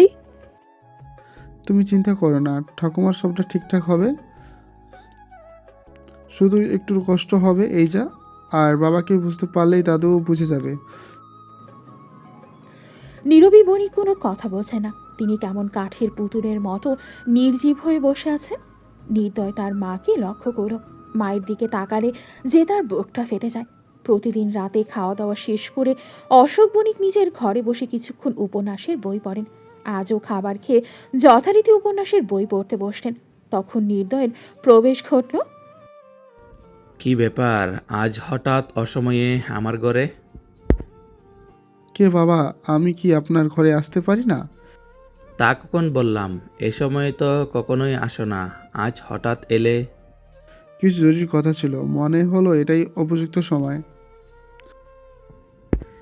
এত ব্যাখ্যা বিশ্লেষণে না গিয়ে বলে ফেলো। বাবার অনুমতি পেয়ে নির্দয় বিছানার একপাশে বসল। আস্তে ধীরে অবনীন্দ্রের বলা কথাগুলো নিজের হয়ে বলে ফেলল। যতক্ষণ নির্দয় কথা বলছিল ততক্ষণ যাবৎ অশোক বণিক একটা কথাও বললেন না। তার মুখাবয়ব দেখে মনে হচ্ছে নির্দয়ের কথা শোনার পর শত গাম্ভীর্যতায় সে বুঝি তার আদরে জেগে বসল। বাবা, গ্রামের মানুষগুলো একটু কুটু কথা বানে আমার বোনটা ধুকে ধুকে মরতে, তা কিন্তু আমি দেখতে পারবো না। এই যে আজ আপনি অন্য কোথাও বিয়ে দিতে পারছেন না, এর জন্য দায়ী কারা জানেন? সমাজের মানুষগুলো দায়ী। তাহলে আপনি কেন ওই মানুষগুলোর জন্য নিজের মেয়েকে দোষারোপ করছেন? অবশ্যই আপনি নিজেও জানেন বেলি নির্দোষ। নির্দয়ের কথা শুনে এই পর্যায়ে অশোক বণিকের চোখে যেন জল টলমল করে উঠল। নেহাত ছেলে টের পায়, তাই অন্যদিকে তাকিয়ে রইলেন। ওভাবেই বললেন, তাহলে এখন কি করতে বলছো? বাবার কথায় নির্দয়ের বুক থেকে যেন এক খণ্ড শক্ত পাথর নেমে গেল। হাসি মুখে বলল, আপনি বিজু কাকার উদ্দেশ্যে এখন একটা পত্র লিখেন, পাঠান বাবা। ঠিক আছে, সব না হয় মানলাম, কিন্তু কিন্তু এই জাতপাতের সংস্কারকে বুড়ো আঙ্গুল দেখিয়ে সহজে তো এই বিয়ে হবে না নির্দয়। কুসংস্কার দূর করার সময় এসে গেছে বাবা, আমাদের বেলিকে দিয়ে না হয় ওই কুসংস্কার দূর করার পদক্ষেপ আরম্ভ হোক। বাবার সাথে কথা শেষ করে নির্দয় তাড়াহুড়ো করে বের হয়ে গেল। বাড়ির সবাইকে তো এই খুশির খবরটা দিতে হবে যে তার বাবা রাজি। পরদিন স্কুল ছুটির পরে অবনীন্দ্র মধু হাওয়া অরণ্যের দিকে চলল। অনেকদিন তার ওদিকে যাওয়া হয়নি। এই খররৌদ্রের দুর্গম পথে প্রান্তরে হাঁটতে হাঁটতে সে শৈশবের স্মৃতি রোমন্থনে ব্যাকুল। শৈশবে যখনই সুযোগ পেত তখনই মোহনা গ্রাম থেকে প্রায় 2 ক্রোশ পথ ছুটে এই মধু হাওয়ায় আসত। এই অরণ্যের গাছপালা, পত্রপল্লব, বিভিন্ন নাম না জানা পাখি, নদী, নদীর পাড়ের হিজল ফুল তার কতই না আপন। কত দীর্ঘ সময় সে এই অরণ্যের ধারে কাটিয়েছে সেই হিসেব বোধহয় কখনো পাওয়া যাবে না। নদীর পাড়ে প্রাচীন বট গাছের নিচে বসে কতবার যে আপন চিত্তে হারিয়ে গিয়েছিল অবনীন্দ্রের তাও অজানা। ভাবতে ভাবতে অবনীন্দ্র নদীর পাড়ে পৌঁছালো। অবনীন্দ্র নৌকায় উঠল। মাঝি নৌকা চালানো শুরু করল। সূর্যের উত্তপ্ত কিরণ ঠেলে যেন দমকা হাওয়া এসে অবনীন্দ্রের শ্রান্ত শরীর মনে শীতলতা এনে দিচ্ছে। গাং, চিল, বক নদী এধার থেকে ওধারে উড়ে বেড়াচ্ছে। অবনীন্দ্রের মনে হলো এমন রৌদ্রময় বিকেলে শান্ত টলমলে নদীর উপর নৌকায় বসে শীতল বাতাসের সংস্পর্শে সে জীবনের আসল সৌন্দর্য উপভোগ করছে। এক সময় নৌকা অপর পাড়ে এসে থামল। অবনীন্দ্র নৌকা ছেড়ে হিজল গাছগুলোর সামনে গেল। হিজল গাছের বাসি ফুলগুলো এখনো সামনের নদীর শান্ত জলের ওপর ভেসে বেড়াচ্ছে। কিছু ফুল আবার গাছতলায়ও পড়ে আছে। ফুলগুলো থেকে কি সুন্দর মনোরম সুবাস এসে অবনীন্দ্রের নাসারন্ধ্রে প্রবেশ করছে। সে ভাবছে কত কত দীর্ঘ অপেক্ষার পর নিজের দেশে নিজের প্রিয় ফুলের সুবাস পাচ্ছে। অবনীন্দ্র ভাবল যদি পারে তাহলে একদিন ভোরে এসে এই হিজল পাড়ি থেকে ঘুরে যাবে, কারণ এই ফুলগুলো প্রতি রাত্রে ফোটে আবার ভোরেই ঝরে যায়। তাই হিজল ফুলের জন্য এলে ভোরে আসাই আবশ্যক। কিছুক্ষণ পরে অবনীন্দ্র অরণ্যের একটু গভীরে প্রবেশ করল। তার নজর পড়ল এক অশ্বত্থ গাছে। হঠাৎ করে শৈশবের একটা ঘটনা তার মনে পড়ে গেল। সেদিন ছিল জ্যৈষ্ঠ মাসের প্রথম দিন। দুপুরে খেয়ে অবনীন্দ্র লুকিয়ে বাড়ি থেকে বের হয়ে সোজা এই নদীর পাড়ে এলো। সব দিক ঘুরে ঘুরে সে অশ্বত্থ গাছটার নিচে বসে উদাস মুখে প্রকৃতির রূপে হারিয়ে গিয়েছিল। সে সময় এমন উদাস মুখে বসে অবনীন্দ্র কোনো ভাবনায় ডুবেছিল তা আর এখন মনে পড়ে না। তারপর দুপুর গড়িয়ে বিকেল পেরিয়ে গোধূলির আগমন ঘটল। অবনীন্দ্র তখনও একইভাবে বসেছিল। হঠাৎ কিছু মানুষের শোর গড়ে তার ধ্যান ছুটল। অরণ্য থেকে বের হওয়ার জন্য উদ্যত হয়েছিল। দেখল সামনে তার বাবা দাঁড়িয়ে, পাশে আরও 2-3 জন মানুষ। সেদিন তাকে অনেক বকাও শুনতে হয়েছিল, মাও বকেছিল। এভাবে না বলে কয়ে দীর্ঘ সময় বাড়ি থেকে দূরে থাকার দরুন মা বাবার চিন্তা ক্রমশ আকাশ ছুঁয়ে গিয়েছিল। অতপর মা বাবার কড়া শাসনের জেরে অবনীন্দ্র 1 সপ্তাহ বাড়ির বাইরে যেতে পারেনি। এখন এসব মনে পড়লে অবনীন্দ্রের কেন যেন হাসি পায় অনেক। চারদিকে সন্ধ্যা নামছে। দীর্ঘ সময় প্রকৃতির মাঝে থেকে আজ যেন অবনীন্দ্রের মনের তৃষ্ণা মিটল। ফুরফুরে শান্ত মনে শেষ বেলায় সে বাড়ির পথ ধরল। মধ্যাহ্নের ঝলমলে আকাশে যেন হুট করে মেঘেদের দল এসে ছোটাছুটি করছে। সূর্য রশ্মিকে পুরোপুরি আড়াল করে মেঘের দল পুরো ধরণীর ওপর আধিপত্য বিস্তারে ব্যস্ত। এই আবহাওয়ার মধ্যে অবনীন্দ্রের বাবা বিজু দাস জমিতে আবাদের কাজ করছেন। তখন পাশের মাটির রাস্তা থেকে একটি সাইকেলের টুংটাং শব্দ শোনা যাচ্ছিল। বিজু দাস তাকিয়ে দেখেন সাইকেলে বসা লোকটা তাকেই ডাকছেন। তিনি হাতের কাজ ফেলে গিয়ে দেখেন লোকটা ডাকপিয়ন বিজু দাসের হাতে একটা পত্রের খাম দিয়ে আবার প্রস্থান করেন। পত্রদাতার নাম দেখে তিনি ভীষণ অবাক হলেন বটে। তাই আবাদের কাজ পুরোপুরি রেখে তিনি বাড়িমুখ রওনা দিলেন। বাড়ি পৌঁছে তাপসী দাসকে হাঁক দিলেন। তাপসী দাস হেসেরে রান্না করছিলেন। স্বামীর ডাকে ছুটে এলেন। আজ সাপ্তাহিক ছুটির দিন হওয়ায় অবনীন্দ্রও বাড়িতে ছিল। বাবার কথা শুনে সেও এলো। বিজু দাস ছেলের হাতে পত্রখানা দিলেন। দেখতো মনে হয় বণিক মশাই পত্র পাঠিয়েছে। আমার তো বিশ্বাস হচ্ছে না। পড়ে শোনাতো দেখি কি লিখলো। বাবার কথায় অবনীন্দ্র নির্বাক চিত্রে পত্রখানা খুঁড়ে পড়া আরম্ভ করল।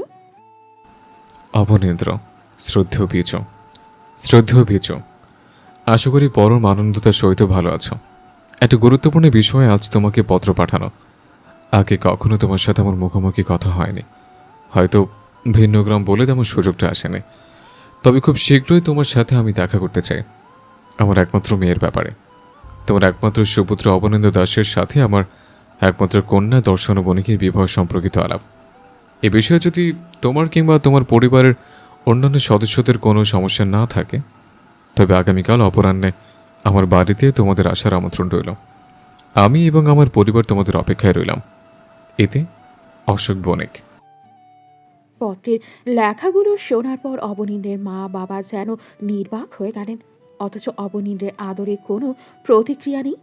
তাকে দেখলে মনে হয় যা কিছু ঘটেছে কিংবা ঘটছে সবই তার নিকট স্বাভাবিক। তাপসী দাস ছেলের উদ্দেশ্যে বললেন, হ্যাঁ রে বাবা, ওরা শেষমেশ বুঝি আমাদের দাসদের কাছে এলো। এটা তো অসম্ভব। অতএব ওদের কাছে জগতে সবই সম্ভব মা। আর রইল জাতের ব্যবধান, এটা তো শুধু একটা ধর্মীয় কুসংস্কার, অন্ধবিশ্বাস। আস্তে ধীরে সময় বদলের সাথে সাথে অন্ধবিশ্বাসও একদিন হিন্দু সমাজ থেকে উঠে যাবে। অবনীন্দ্রের কথায় বিজু দাস বললেন, আমি ধরে নিলাম তোর আর বণিকের মেয়ের বিয়েটা হবে, কিন্তু গ্রামের মানুষগুলো কি এই বিয়ে মানবে? কত বড় একটা ঝামেলা হবে তুই বুঝতে পারছিস? গ্রামের মানুষের কি দরকার আমাদের বিয়ে মানা? তুমি মানবে, মা মানবে, বণিক পরিবার মানবে, বাকিরা তো কেউ নয়। তাহলে তাদের মানামানের কি আছে? আর রইল ঝামেলা, ওসবের চিন্তা তোমাদের করতে হবে না। মেয়েটার জন্য তো চিন্তা করতে পারো বাবা, ওর অবস্থাটা তো তোমাদের জানা, তাই না? এই মেয়েটার কথা ভাবলে আমারও যে কষ্ট হয়, কিন্তু আর কোনো কিন্তু নয় মা, সব কিন্তু প্রশ্ন মাটি চাপা দিয়ে দাও। এই কথা বলে অবনীন্দ্র চলে যাচ্ছিল।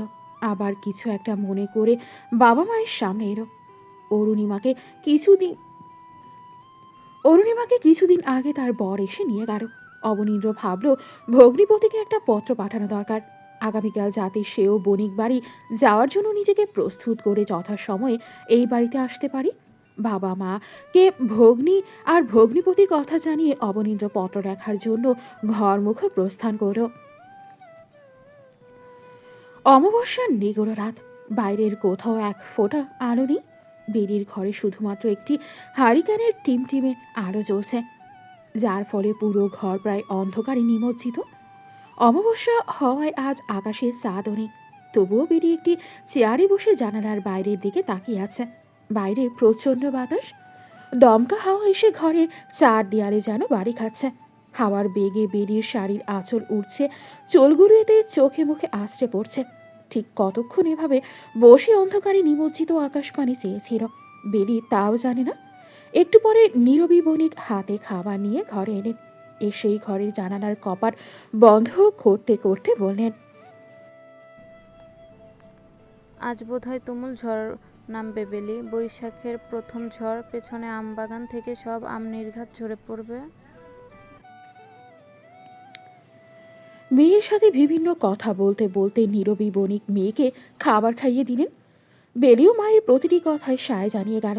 খাওয়ানোর শেষে নীরবী বণিক মেয়ের বিবর্ণ আদলের দিকে বেশ কিছুক্ষণ এক দৃষ্টিতে চেয়েছিলেন। তারপর একটু ইতস্ততভাবে বেরিকে বললেন, আগামী অপরাহে তোকে দেখতে আসবে বেলি। মায়ের কথা বেলি কেমন যেন করে তাকালো। তার সেই চোখের ভাষায় কত আকুতি মিনতি। ভাবিস না, এবার আর খারাপ কিছু হবে না। ঈশ্বর এবার আর খারাপ কিছুই হতে দিবেন না। এখন ঘুমিয়ে পড়, তুই নিশ্চিন্তে ঘুমা মা।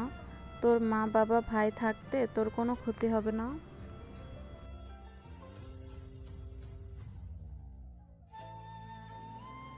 নীরবী বণিকের চোখের কোণে অশ্রুরা এসে ভিড় জমাচ্ছেন। মেয়ের সামনে মোটেও তিনি কান্না করতে চাইছেন না, তাই তাড়াহুড়ো করে বেরির ঘর থেকে বের হয়ে গেলেন। অবনীন্দ্রের পত্র পেয়ে পরের দিন মধ্যাহ্নে অরুণিমা তার স্বামী প্রবণের সাথে বাবার বাড়ি এসেছে। তাদের ছোট্ট ছেলে বাবুর অল্প দিনের ব্যবধানে আবারও মামার বাড়ি আসার ভীষণ উচ্ছ্বাস। এদিকে পাশের গ্রাম থেকে অবনীন্দ্রের দুই মামা কেশব ও লক্ষণ বোনের বাড়িতে হাজির। একমাত্র ভাগ্নের জন্য মেয়ে দেখতে যাবে, তারা না গেলে হয় নাকি? সবাই মিলে সব পরিকল্পনা শেষে খাবার খেতে বসল। খাওয়া দাওয়ার পাট চুকিয়েই মাকুন্ডা গ্রামের উদ্দেশ্যে রওনা দেবে। অবনীন্দ্র তার মা আর বোনকেও বারবার সাথে যাওয়ার জন্য বলা বলি করছে, কিন্তু তাপসী দাসের সেই এক কথা, মেয়ে মানুষ গেলে লোকে মন্দ বলবে। শেষে অবনীন্দ্র, তার বাবা, ভগ্নিপতি আর দুই মামা মিলে মাকুন্ডা গ্রামের বণিক বাড়ির উদ্দেশ্যে প্রস্থান করল। অপূর্বা বেলির গায়ে একটা সবুজ রঙা শাড়ি জড়িয়ে দিল। খুব নিপুণভাবে সে বেলিকে সাজিয়ে দিল। সাজানো শেষে বলল,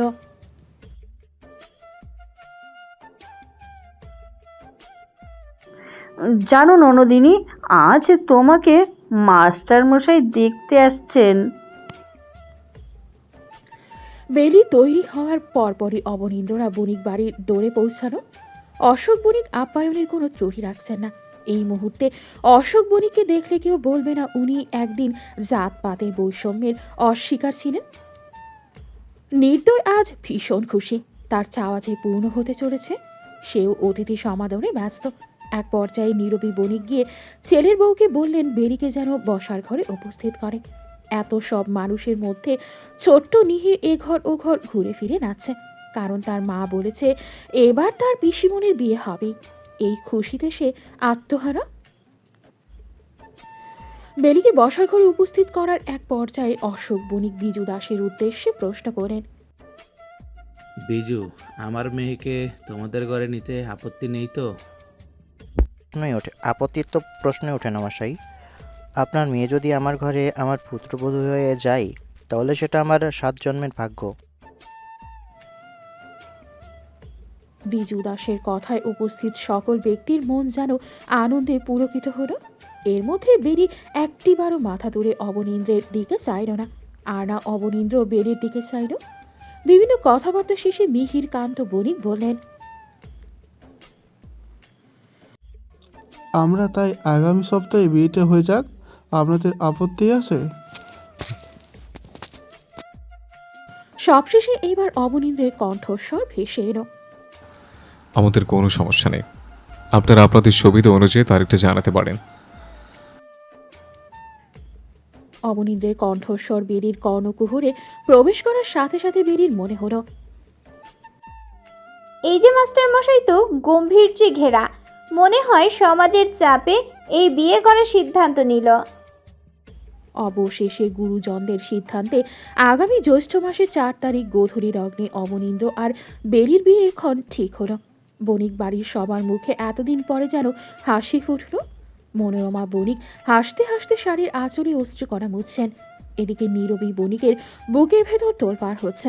তার মেয়েটা তার সপ্তাহখানেক তার কাছে আছে, এরপর সারা জীবনের জন্য অন্যের বাড়িতে চলে যাবে। এটা ভেবেই মায়ের মন ভেঙে আসছে।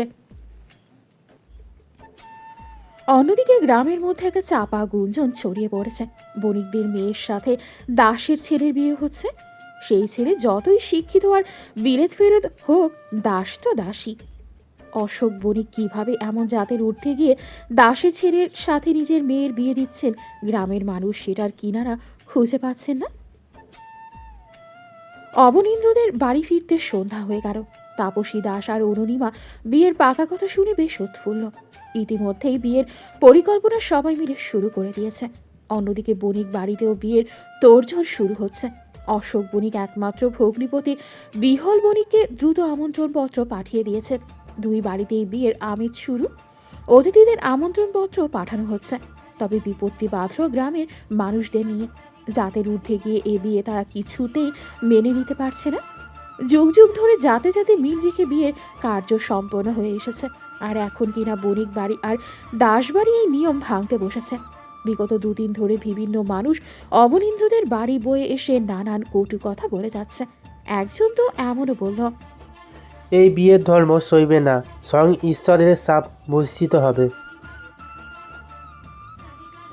অবনীন্দ্র প্রতি উত্তরে বলল, ভেদাভেদের ব্যাখ্যা ধর্মগ্রন্থে নেই, ঈশ্বরের দৃষ্টিতে সবাই সমান, উঁচু নিচু বলতে কিছু হয় না।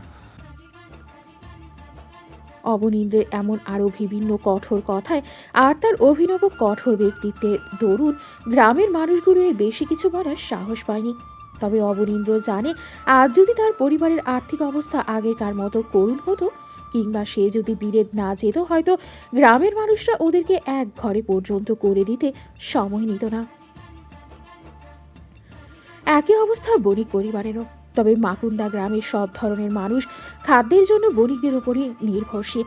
স্বল্প মূল্যে বিভিন্ন আহারের সামগ্রী বণিকদের থেকে ক্রয় করতে পারে বলে তাদের খাদ্যের অভাব হয় না। তাহলে আর কোন মুখে গিয়ে সামনাসামনি তারা বণিক পরিবারের বিরুদ্ধে কথা বলবে? যার অর্থ আছে তার সবই আছে, আর সে সবই করতে পারে। তবুও অবনীন্দ্র আর বেলির বিয়ে নিয়ে গ্রামে গ্রামে নানান অপ্রীতিকর কথাবার্তা চলতেই থাকে।